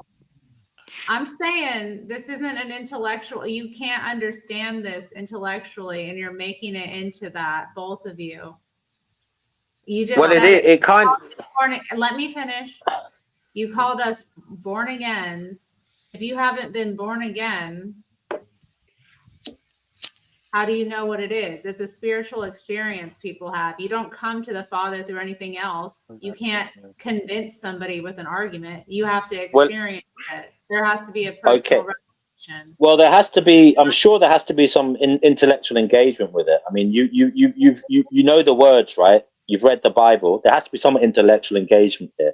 I mean, You're not choosing to be a Buddhist or a Hindu. You've had a spiritual experience. You've had a Christian spiritual experience because you have been, in some ways, I don't mean to use the word indoctrinated, but you have been shown Christian liturgy, right? So therefore, you've had a Christian experience because you intellectually analyzed Christian liturgy. You didn't have a Hindu experience. You didn't have a Buddhist experience. You had a Christian experience based on your intellectual engagement with it. There is an intellectual position here. You can read, all right? You use your critical thinking. You were shown something and you thought, yeah, that resonates with me. I mean, it's very clear that Christianity is the best religion if you're going to pick one. But I knew there was a God. So tell that to all the bloody American Indians and all the Africans and all the whoever were killed by Spanish conquistadors. See, this is where you can't because they're dead. They're dead. You won't be able to tell it to them. I mean, by the way, I was raised a Catholic. I'm not. All my bloody stupid ancestors were Christians. That's why you're agnostic now. Is because you. Yeah, because all my retarded ancestors were bloody Catholics. Okay, well, my dad was hardcore Roman Catholic, and I kept trying to tell him, Dad, you got to read the Bible. Everything. So you can't say to me, Catholics do everything the Bible says not to do. And they call themselves Christians. Guess what? Catholics are not Christian by a million miles, bro. Hey, I don't. I'm just telling you, that's the fact. What? They have a totally different Jesus. Their Jesus has a mother of God, a Virgin Mary. That's the Well, she mother was a of virgin, God. wasn't God? Do you believe Jesus is God? I do. Then why is Mary not the mother of God? Because God does not have a mother. He's eternal. He he? was no. He was found in a cabbage patch. Jesus was God made flesh. He had a mother.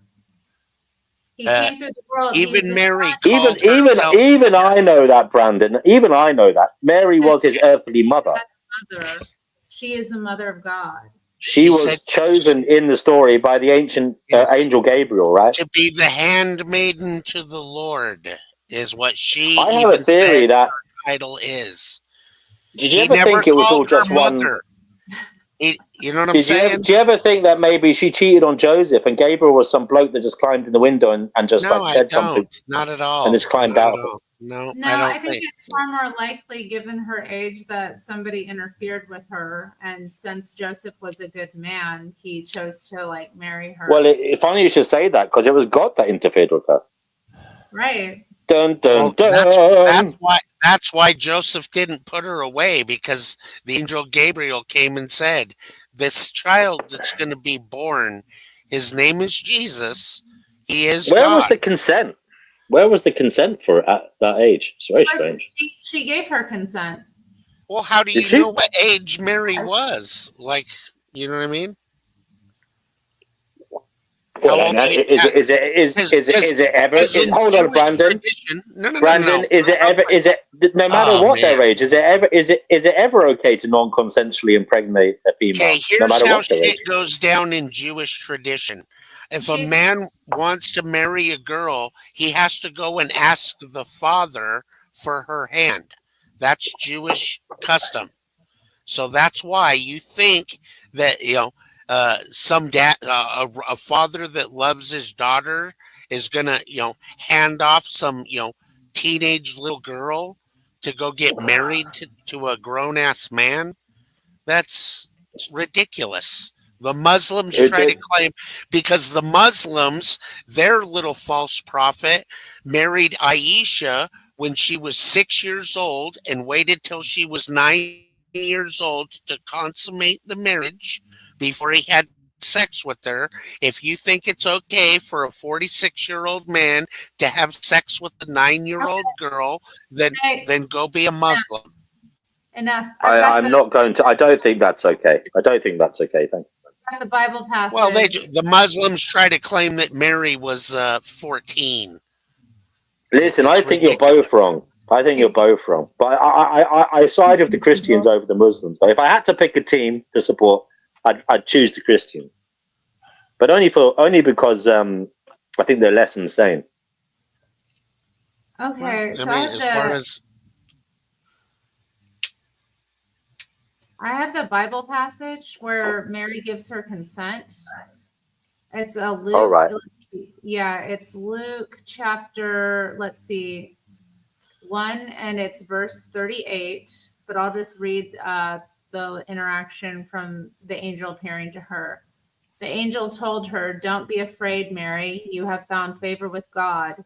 You will become pregnant, give birth to a son, and name him Jesus. He will be a great man and will be called the Son of the Most High. The Lord God will give him the throne of his ancestor David. Your son will be a king of Jacob's people forever, and his kingdom will never end." Mary asked the angel, "How can this be? I am a virgin." The angel answered her, "The Holy Spirit will come to you, and the power of the Most High will overshadow you. Therefore, the Holy Child developing inside you will be called the Son of God.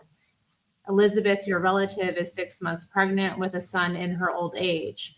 People said she couldn't have a child, but nothing is impossible for God." Mary answered, "I am the Lord's servant. Let everything you've said happen to me." well, Okay. in the real Bible, it says, "And Mary said, Behold, the handmaid of the Lord, be it unto me according to thy word." And the angel departed from her. So, Okay, anyway, so same thing. She not said really. Yeah. gave her Was it consent. in? Was it? Well, I mean, okay. Boom. Can a minor consent? Boom. Can a child consent? That's the question. She wasn't a wouldn't have been child. minor in Jewish and Oh, they said she was 14, but okay. okay. Well, no, so no, no. in our Muslims say society, that. Yeah, in Muslims ancient say that. Israel, a 14-year-old was not a minor. Okay. Yeah, I know, People- but Imagine if you were a father of a grew up a lot 14-year-old. harder. Yeah. If you were the a father of a 14-year-old girl and right. and a grown ass man comes in saying, "I'd like to marry your daughter," what would you tell him? No, thank you, sir. Get out of here. You better get out of here before you lose your teeth, pal. Listen, guys, I did love talking to you guys, and I do appreciate your zealousness and your hunger for something better than what's going on here. I will say that. We have common ground. We have common ground there. Earth is not good enough. Hopefully there's better. That's our common ground. You believe there is. Amen. Well, God promised that someday there will be no more evil in His kingdom. That's why you have to be adopted. That's what born again means.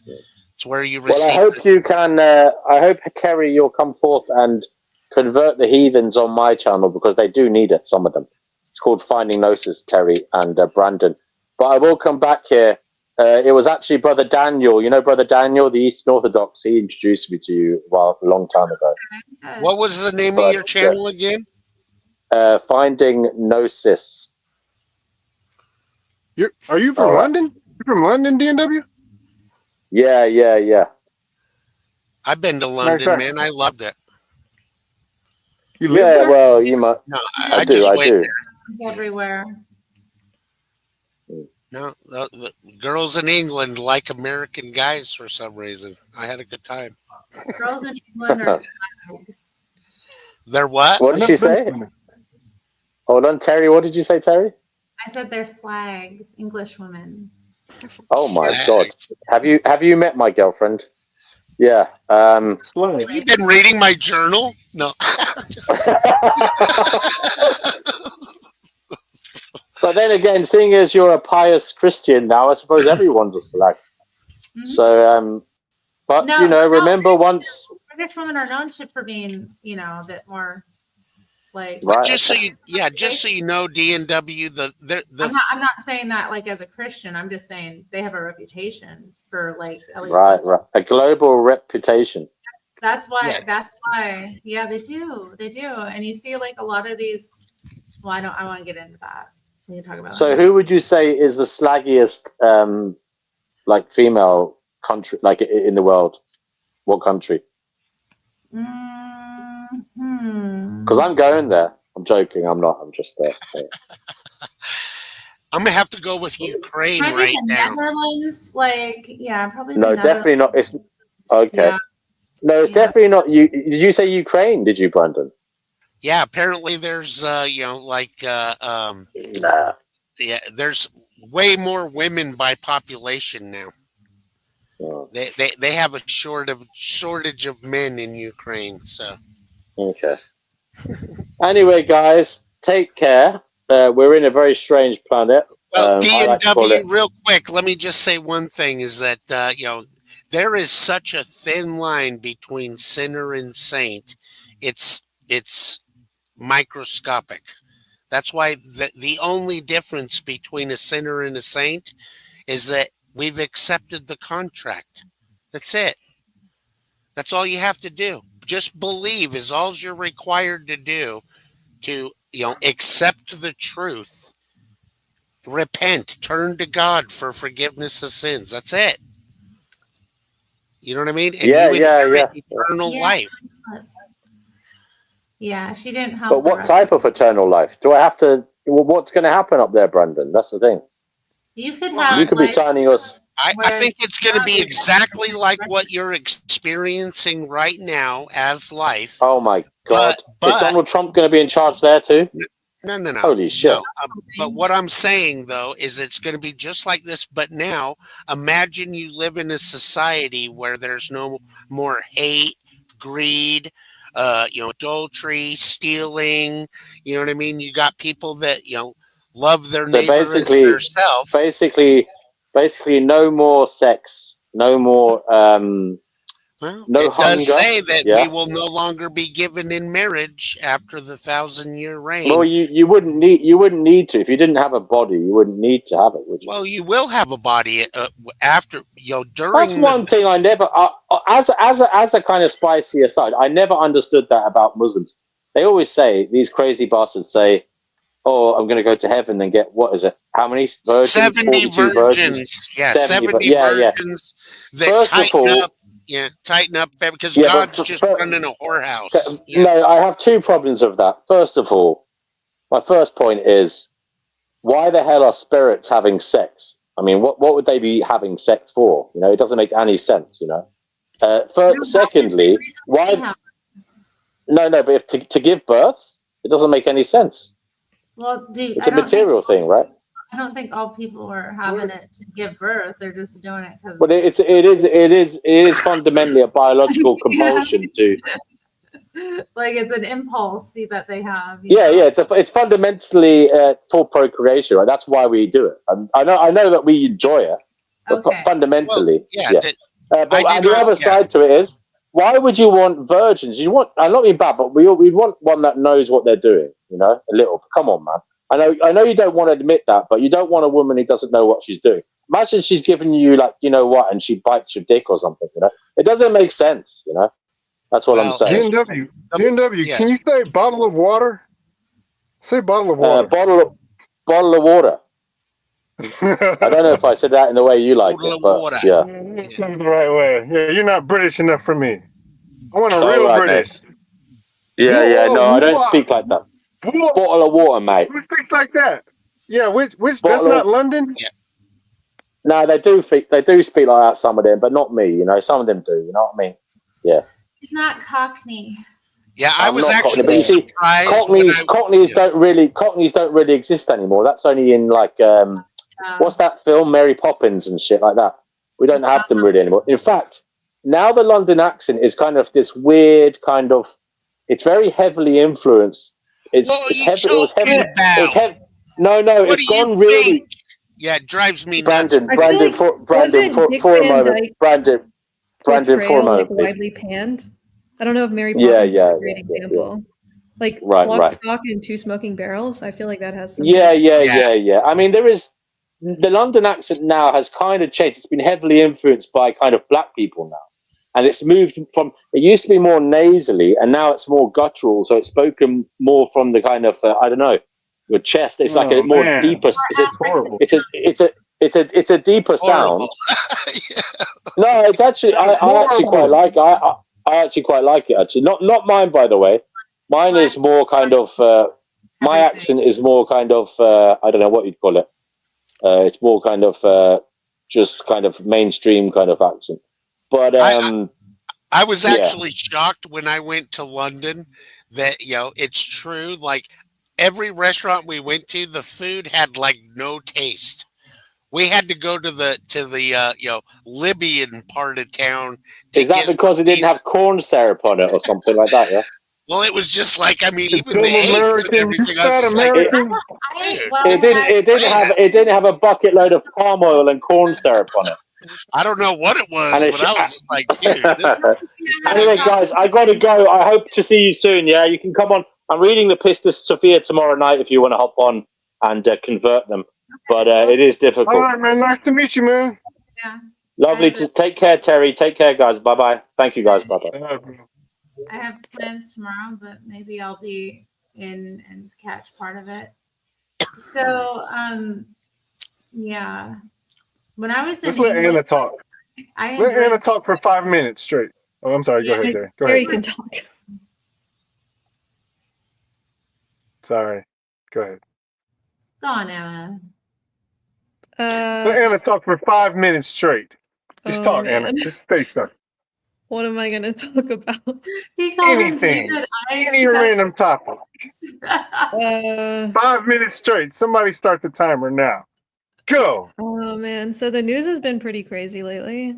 Yeah, anything? Yeah, like what? That the all-female space flight thing? No, like celebrities. I was thinking more like the sending people to El Salvador in prisons without due process just cause. Oh yeah, that one guy got sent. Yeah, Makes and I sense. read about like a kid who was Sent, picked though. up too, like allegedly like ICE like knew they had the wrong person and just took them anyway. They were here from Venezuela. And like sending Venezuelans to an El Salvadoran prison, like just to like rot there and like never have their case heard, or like I don't like they're just in prison for life, question mark? I want them all deported, Anna. Mass deportation. No way, man. I want the opposite. I want like the abolition of borders. Oh dang! Oh dang! Interesting. I want them Seesaw's all gone. I want black people gone too, Anna. I want the country to be all white. What you think about that? Yeah, I mean that's just not true, Cecil. I'll miss That's not what you. the ruling is. I'll miss the blacks.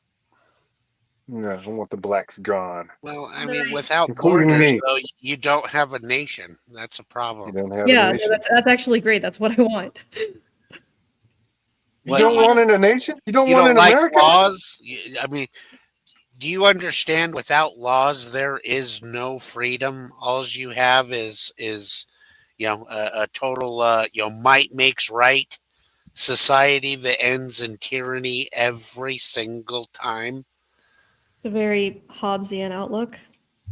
But it's true. That's why that's why I actually love God's law.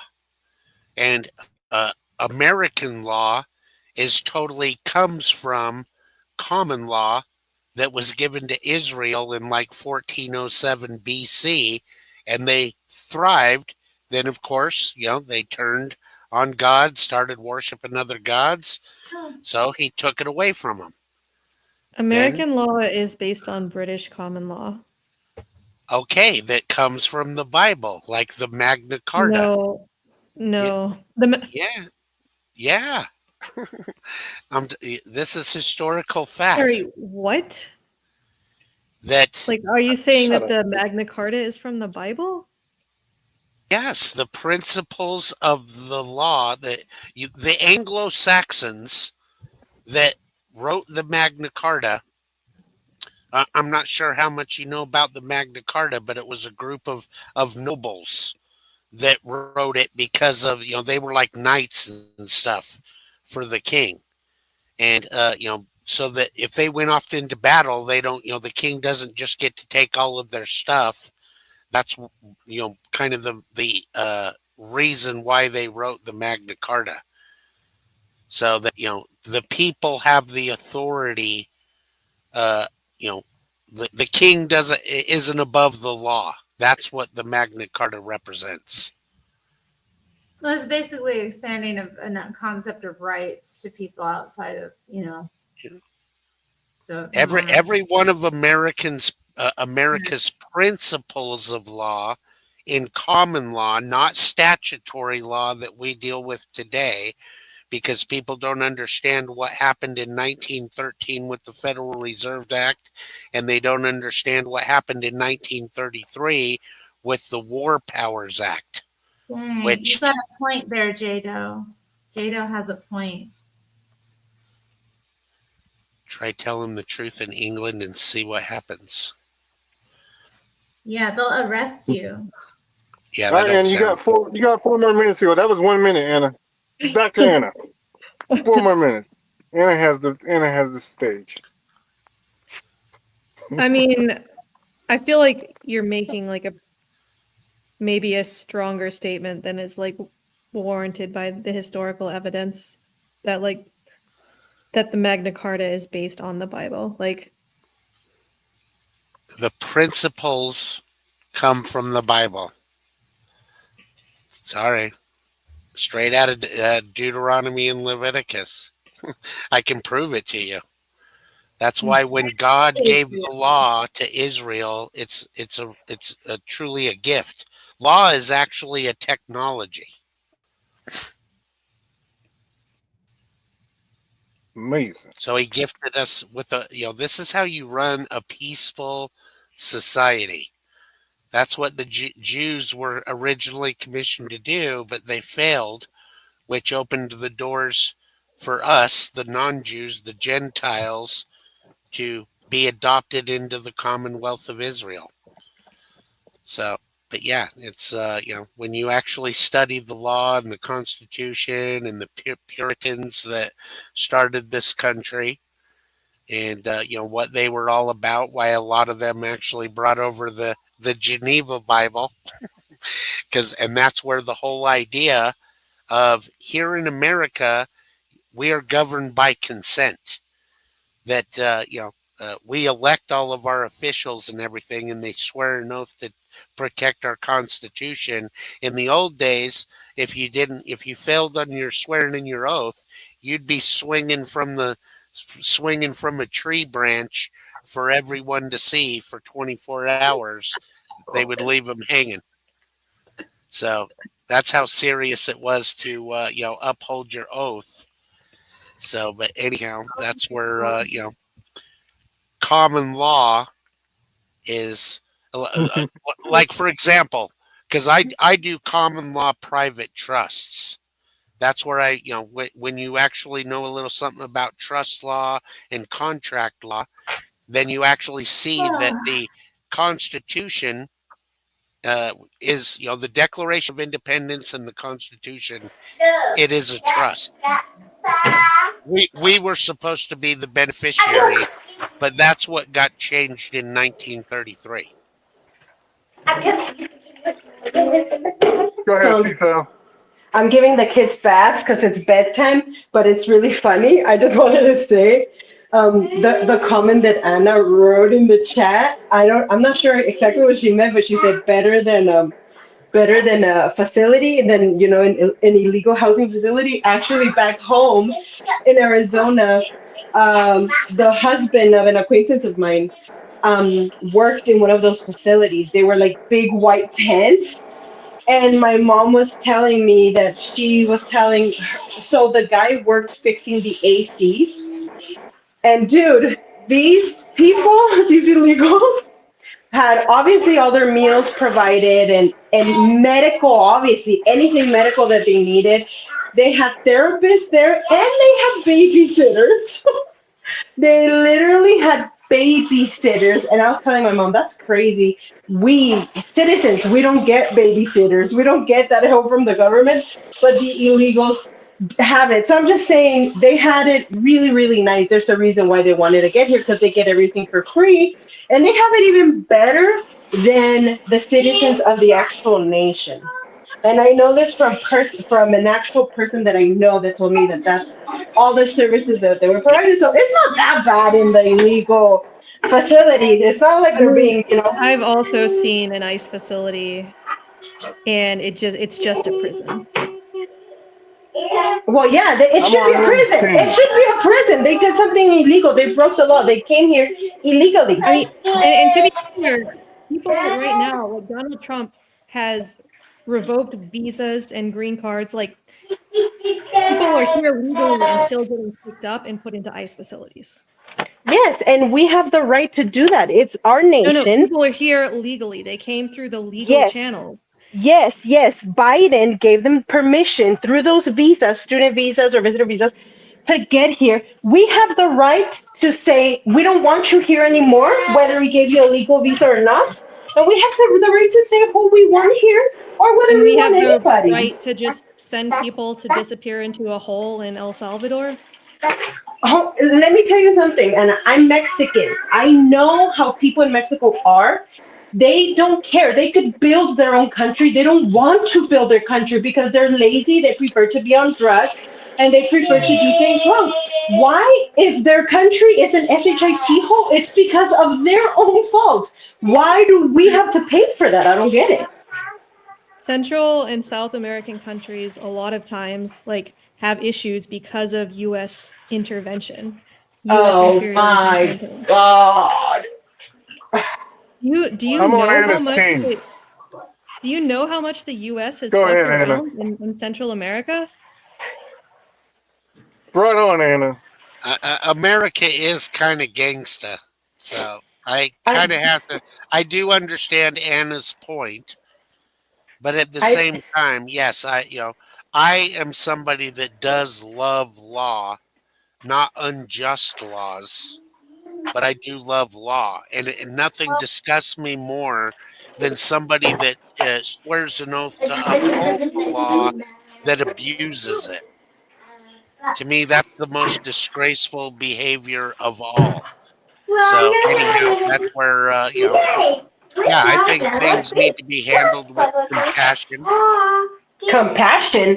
They don't care about our country. Why compassion? Do you know how the millions of illegals have decimated our social services? The- I Oh, I don't. believe me, I get believe, but let me just tell you though, all of it is the banker's game. You gotta, yeah, you gotta understand. This is why Jesus came in and flipped over the money changers table. Those are the bankers, Look, and the maybe you're right, but I really wish that one day will be like, is it Poland? Poland is like, we're a Christian nation. We don't want Muslims. We don't want none of this mess. If you're a Christian citizen that respects our country's laws and you come here legally and you're a good citizen, you can come in. That is the ideal situation, in my I humble agree. I opinion. agree with that. If you're going to come into this country, you have to come in legally. I agree with that 100%. So now, as far as casting these people out, in some unjust manner, I would stand against that. That's where Why is it an unjust manner to? Why is it an unjust manner to follow well, the laws of our if what nation? yeah, no, if what Anna is saying is true, that these people that even if they tried to come over illegally and they get deported back to Mexico, uh, you know, I don't know how all of a sudden now El Salvador is where these people are being deported to. If that's true, then yeah, that might be fucking wrong.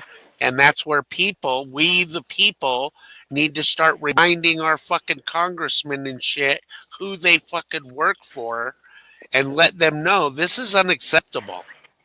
We That's were what Trump is doing. That's exactly what Trump and the administration is doing. And they're getting so much hate for it. For what? For following the laws of our nation. You come here illegally, it doesn't matter what nation you are and what your problem is. We all have problems. We all have stresses and we all have to deal with crap. well, and we have to worry about 9/11 bombings and shit like that.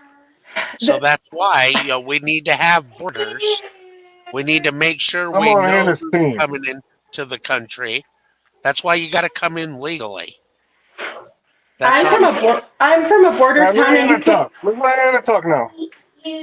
Okay, you're not gonna tell me what to do, Chatar. Number one. Number two, I'm almost gonna leave. I'm not telling you what to do, I woman. don't have a lot I'm of gonna tell time. you what to do. I It's don't have a lot Anna's of turn to talk. I don't have a No, lot it's of Anna's time, turn to and let Anna talk.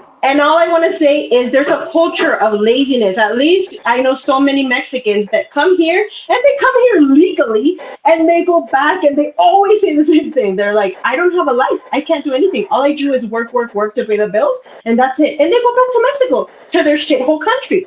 To what? To what? To party and gossip and drink, and that's it. I have no sympathy. I have no sympathy for them. We have So it's plenty of worse. that here in America too. So I mean, Yeah, yeah, yeah, yeah. people are just people. Period. And that's why No, no, you see. don't understand. You don't understand. These No, people live in I'm in huts Arizona. I go. made of. I'm I from run. Arizona. Yeah, I live by the border. I've Me had too. I've had illegals Are we show up. neighbors? Yeah, I've had illegals show up on my property, and I'm going like, what the fuck? Because I'm out in the boondocks. You know what I mean? I purchased Yeah. 40 acres out in the middle of frickin' nowhere, and all of a sudden I got these three Mexican dudes, coming up in my yard, and my dogs are freaking out, and I'm like, what the fuck? You know what I mean? Wow. Okay. So I, gave them a quick ride into town, and I was done with that. But yeah, I was just like, wow, this is getting real, dude. So yeah, there is a major border problem. We can't have people flooding in here because there are bad people that take advantage of the situation and use common people as their shield to get on into the country and bring in, drugs and all kinds of shit. So, and that's all, the thing that pisses me off the most here in Arizona, we know there were 80,000 missing children at our border. I got a big, huge fucking problem with that because I know what's going on with these fucking, satanic cults and shit and why they want children. I don't want to get into some dark shit, but this is, and it's absolutely true. You guys know a little bit about witchcraft and blood, sex, magic, and all of that kind of crap. So, there's dark shit going on. And yeah, that's why we need to have proper borders and security, because 80,000 missing children is fucking way unacceptable. Well, who misplaced them? It's child trafficking. See, this is how these black But how do we operations is know how 80,000 are missing? Like, where do we get this information from? Like, how do we even know there were children that went missing if it's not like children from our country? Well, Because they went through the border or something, or what? Well, like Ted Cruz, for example, when he came down here to the border and everything. I don't know if you by chance ever watched that interview, but that's No. what they were. Yeah, that was a big topic of their discussion: is what the fuck happened to all of these children? What is going on? This is Okay, a problem. What's Anna's take on this? On children going missing at the border, I don't know what he's talking about, honestly. Can I say something really, Right. really quick, you guys? hmm Yeah, go ahead. When I was in San Diego, I was living with my grandparents. I was taking care of them, and we would go to their church close to the border. Anyway, a lady came to church one Sunday, an old lady, and she said that she was asking for prayer. Could you guys pray for me because I had a horrible experience this weekend. So she tells us that she crossed the border into Tijuana, which is very normal. She crossed walking and she took a taxi from the border in Tijuana, and she was going to do some errands and stuff. The cab got in an accident. The cab hit a van right there close to the border in Tijuana. And the driver of the taxi gets down, right? And the driver of the van, gets down from their car and stuff. Normally, the cops get called. It's not a big deal. And, everybody goes on their merry way. Well, the driver of the van gets down, takes out a pistol, and shoots himself in front of everybody. And this is on a Saturday in the middle of the day. So they're like, what the hell? What is happening? What is going on?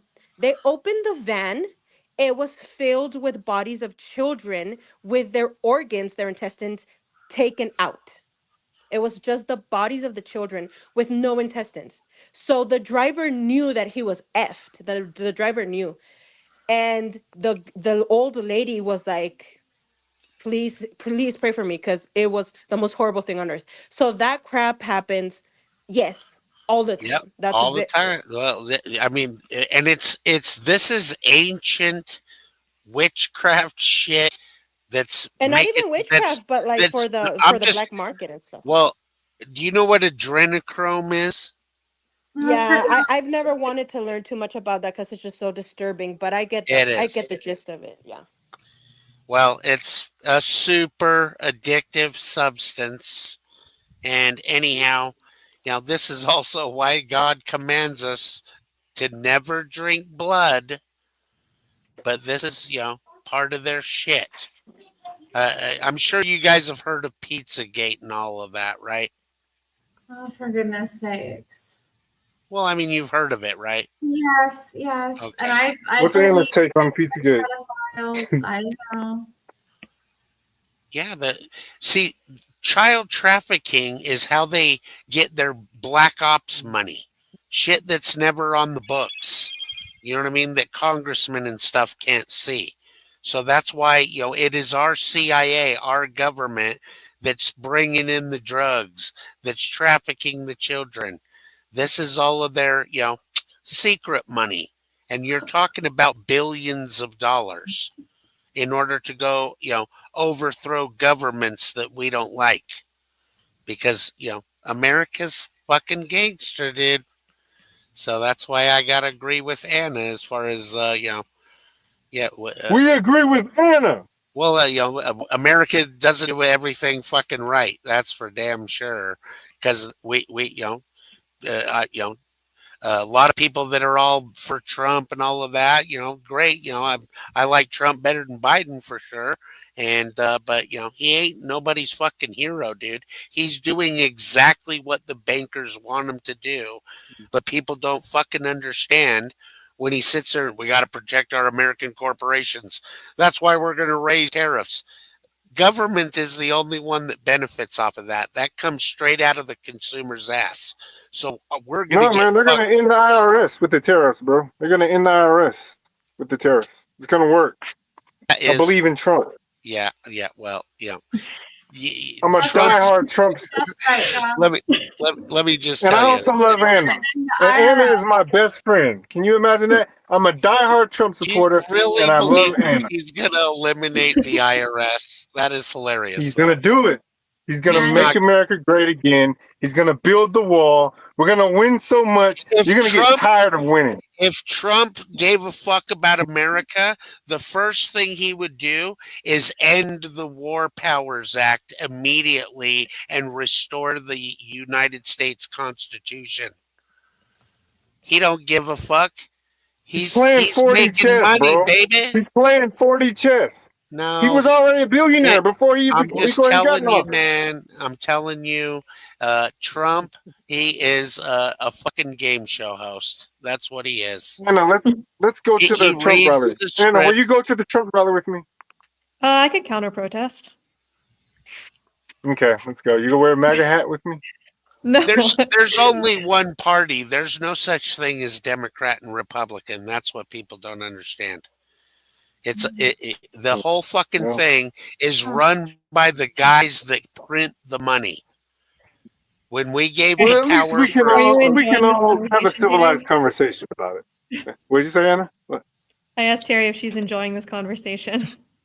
That's the same conversation I've had like what my whole life. Yeah. It's interesting. We got three different perspectives here. I'm a diehard Trump supporter.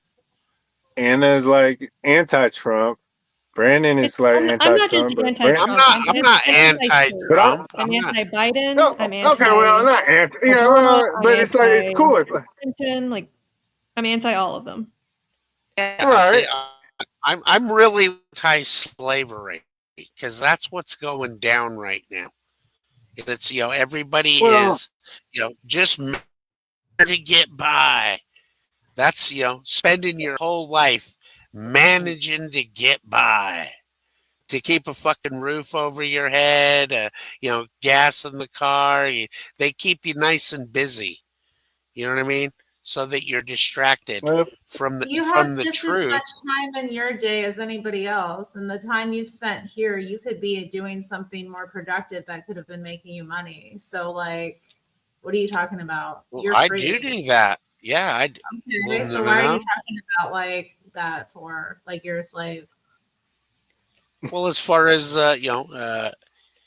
well, you would have to understand that your birth certificate and your social security card that sets up what's called the Sestake Trust, and this is how that's where they form a bond that gets traded on the bond market based on your taxable future earnings and everything. Oh, So don't say that, Jado. What was that? Oh, I was responding to Jado in the chat. Oh. So anyways, but I do think yeah. that the tariffs were a misguided attempt to gain leverage in order to negotiate, in order to this is in order to manipulate the value of the dollar. This is what I mean. Trump and Vance both said straight up. Here's our economic plan. We want to devalue the dollar in order to increase exports so that we can bring more manufacturing jobs here to the United States. And a side note, we're going to fucking up those tariffs. Tariffs go directly into the government's pocket. So, and this, all this does is increase our price of goods. So they're going to sit there and point at the stock market and go, look how good the fucking stock market's doing while we're paying $12 for a fucking gallon of milk. They're going to pay Yeah, I mean, this. I think it wasn't a strategy that was ever going to work, but I think that like there was a strategy. Oh yeah, they need to, they have to devalue the dollar in order to bring in the digital currency.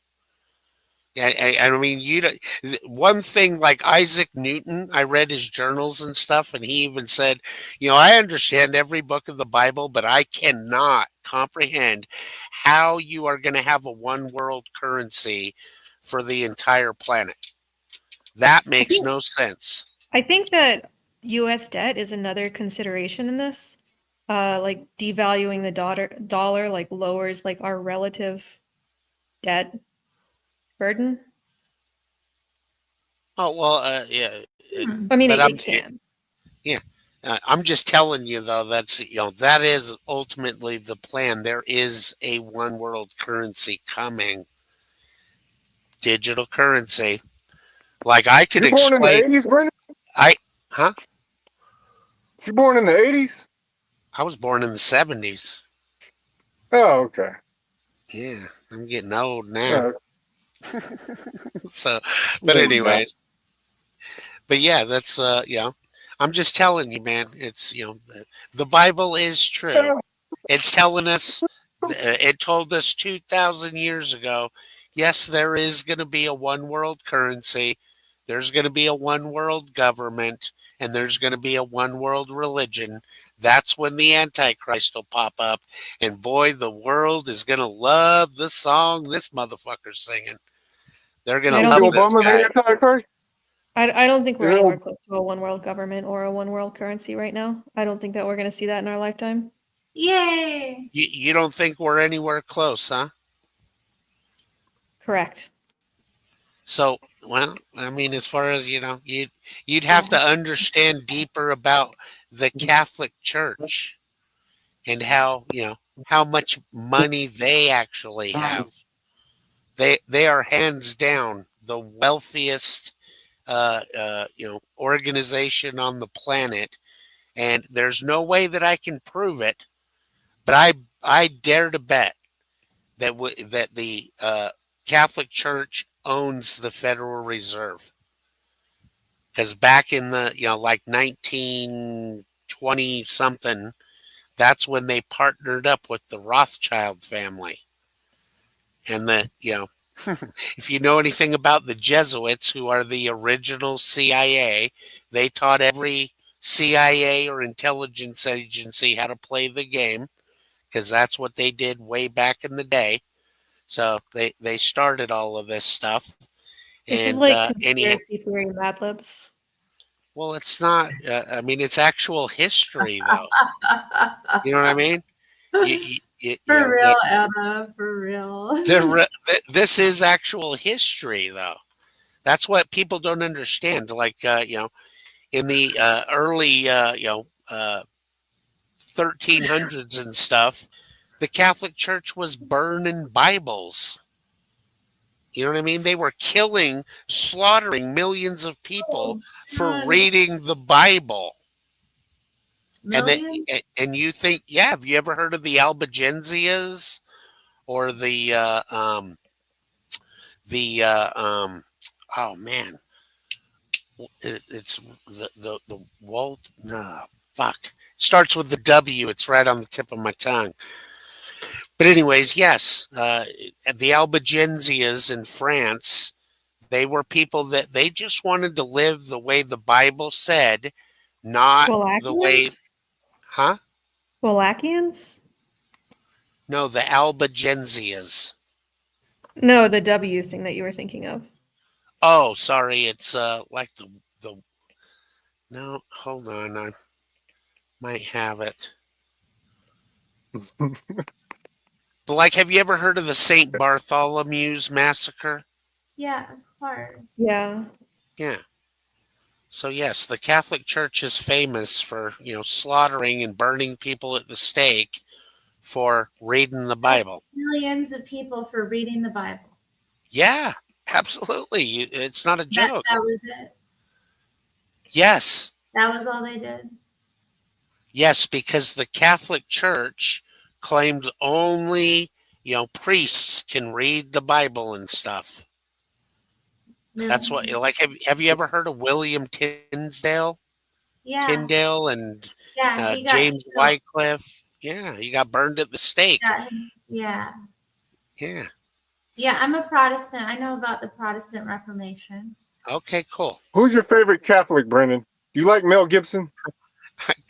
I would love to talk to Mel and be like, dude, how He's a cool guy. come you're He's a cool Catholic? guy, right? Yeah. You know what I mean? I He- like his movies and stuff, but even the even the Passion of the Christ that he did had a whole bunch of Catholic crap in it. You know Remember what I when mean? his girlfriend, when he left that message on his girlfriend's answering machine, where Yeah. he said, if you get R-worded by a pack of N-words, it'll be your fault. Yeah. That wasn't one of your finest I moments, like Mel Mel. Gibson. I love Mel Gibson. I like when guys talk like that. I think we need more of that in our society. I like it when women Really? like that. Yeah, we do. Why? How does We were- that? How does that? They were having Like- problems, and she's Let me like, tell you "Oh, guys you a secret. give me gold. I can't wait to go to the media with this."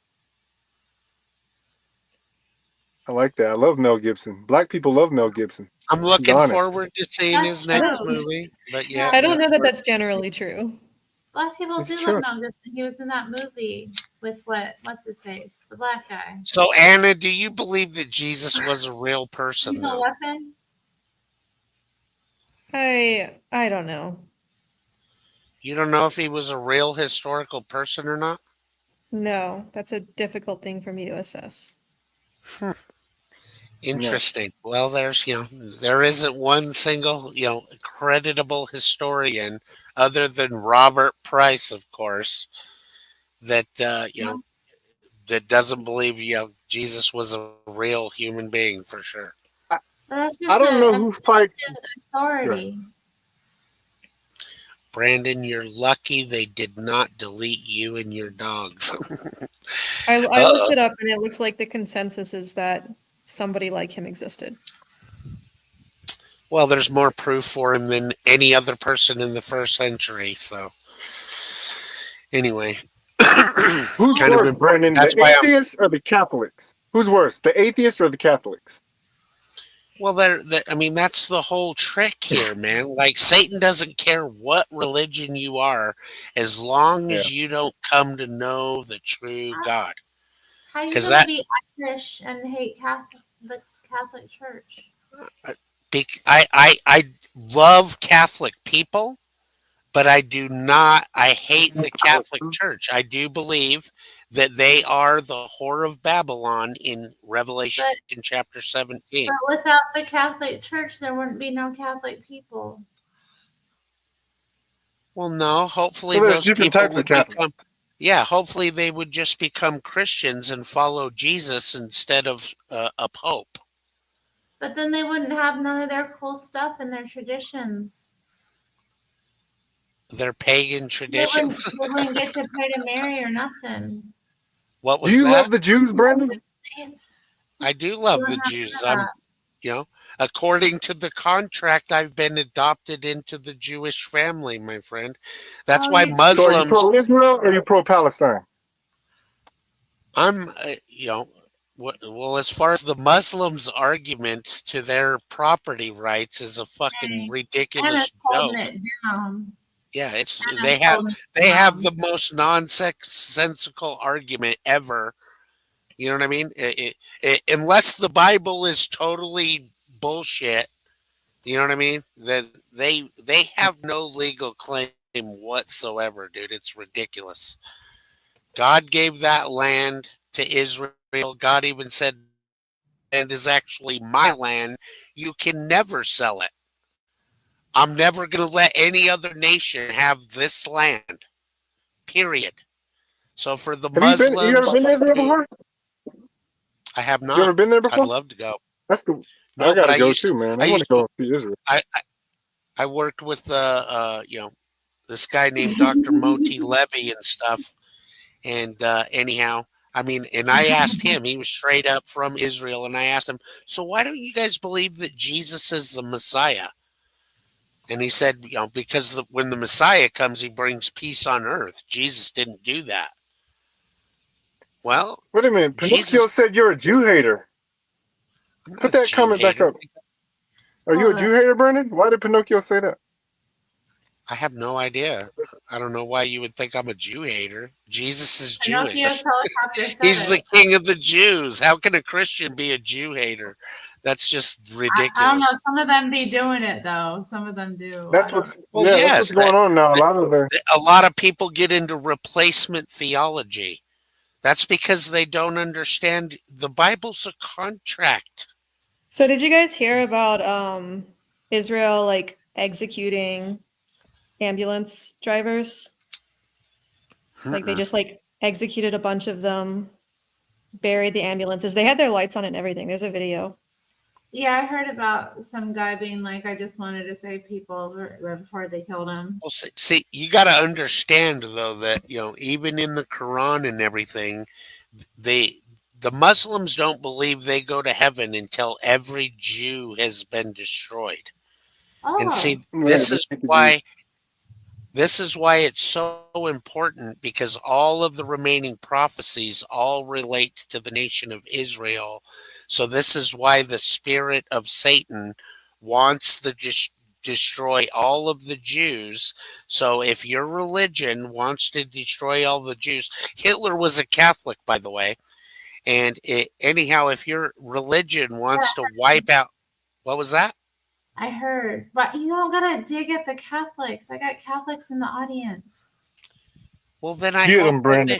I hope Get him, Brandon. I hope And that they would just read the Bible for themselves. You should not trust any religion that tells you not to read the Word of God when God commanded us to read it. they don't. They don't though. That's not what the Catholic Church today. Lots of Okay, Catholics are but biblically you literate. don't care that those poor people are just going to bust hell wide open because they followed this ridiculous religion rather than following the truth? What God you didn't said give us about simple Muslim beliefs isn't even true. They don't What? believe that like they have to destroy all Jews to go to heaven. Would you like me to show you in the Quran? Catholics aren't going to go to hell because they're Catholic. What They do you don't think? have they have a different Jesus, a Jesus that's imaginary, that doesn't exist. You can't go and ask a picture of this Jesus to forgive you of your sins. You have to go to the real Jesus. That's the point. Okay, I think you're just, prejudiced and you're saying weird I'm things that not aren't true pregnant. for some reason. Yeah, you are. You're saying like really Okay, weird things that aren't Jesus, but well, I'm not trying to be mean. I'm just trying to point out my problem with the organization of the Catholic Church. I love Catholic people. Catholic people at least do believe that Jesus is God. They're the easiest people to convince of the actual truth that, look, you need to study your Bible. You need to read it for yourself. Don't trust anyone. Just trust God. Let God be true and every man a liar. That's why he put everything in writing so retards can't change it. Yeah, That's but two people read the same Bible verse and they come up with different interpretations. only from different versions of Bible. That's That's not where we're true. getting. Oh, trust me. We sit around in Bible study in my church and we'll have all kinds of different things to say about a passage. Like, and we're relatively in agreement in my church about a lot of things, but like still like we have disagreements. So it's not as if but like people don't need guidance because people don't necessarily understand context. You do need people that are more learned than you to guide you and help shepherd you. Well, sure. I've been reading the Bible every day since the day I've been born again. Well, So that's for a over 15 years. So I mean, I've read the Bible cover to cover many times. And I'm still blown away after 15 years of study on new truths and bigger concepts and many different layers to this book that there's no way human beings could have put this thing together. It would be impossible, especially when you examine the time periods of each book that was written, because the whole Bible is 66 books spread out over 4 or 5 thousand years with huge gaps in between each book, but yet everything flows seamlessly and consistent in doctrine. And the Bible is very clear. If you do not have the doctrine of Christ, you don't have God. So you should pay attention to doctrine. It's really important, folks. But that's, baby Christians ain't there yet. They're still on the milk. Well, I don't know, but our childlike faith is what, saves us. It's not, Sure, necessarily knowing everything. So, like, sure. There's a it's not, difference between, you're being acting as though saved. some There's a difference born into between, some kind of church, and raised in a tradition, and they keep it that they're going to hell or God's going to punish them, and it's not the case. well, this is where, again, why Actually, God says, study to show thyself approved. I have given you, and you people have no idea the amount of blood that has been spilled so that you and I can freely read the King James Bible for ourselves and not have to trust any silly religion. And, God didn't promise to preserve dictionaries and lexicons and stuff. So if you don't read Greek and you don't read Hebrew, you should probably just trust the 47 men that translated the King James Bible, who spoke more than 17 languages fluently, that they did an appropriate job in this matter. I can actually show you on a historical timeline the little changes that were made from each of the, what comes from the Textus Receptus. And this is where you got to know the lines of manuscripts that put together the different Bible versions and why we have so many differences in opinion and doctrine these days, and just a ton of false Christianity that just turns everybody off and goes, I'm just going to be an atheist. If God's into this nonsense and I got to flop around on the floor and speak in tongues to be born again, then I don't want no part of this shit. If that's what God's about, then I'm not interested. That's what turns people off, fake Christianity. That's what I'm against. That's where but That's what Danny, it sounds like you are. That's what it I sounds thought like you are. I thought you said you cared about truth. Why would it matter like what that truth looks like? yeah, well, I'm just saying, because truth is completely binary. It's either true or it's not. You know what I mean? You can't have two truths. That's can't where both things be true at the same time? no, how? I don't know, because more than one thing can be true in a situation. Can you give me an example? I don't have to think of one, but I know it's true. Well, I'm Man, just trying to, the I, chat I hates it, man. I mean, they like, and I gotta tell you, you complain about people turning people away from Christ, but I don't think anybody's been brought closer today by our well, conversation here. well, uh, I'm just encouraging you to read the Bible for yourself, is all. You've been reading the Bible, though.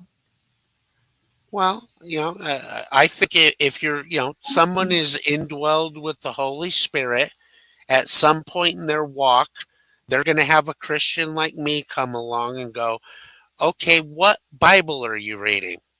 Are you reading a real Bible, or are you reading a perversion of Bible that is really just a religious book decorated up to look like a Bible? Is that what you're doing? Because that's a problem. Because you got major doctrinal errors and you got major contractual errors in all of these other versions. And I can prove it. So all of these other versions make God look as though he's retarded as a legal mind. Hey, When, what was that? everybody in the chat, Nero has come up to say hi. Y'all wish him a happy birthday. Tomorrow is his birthday.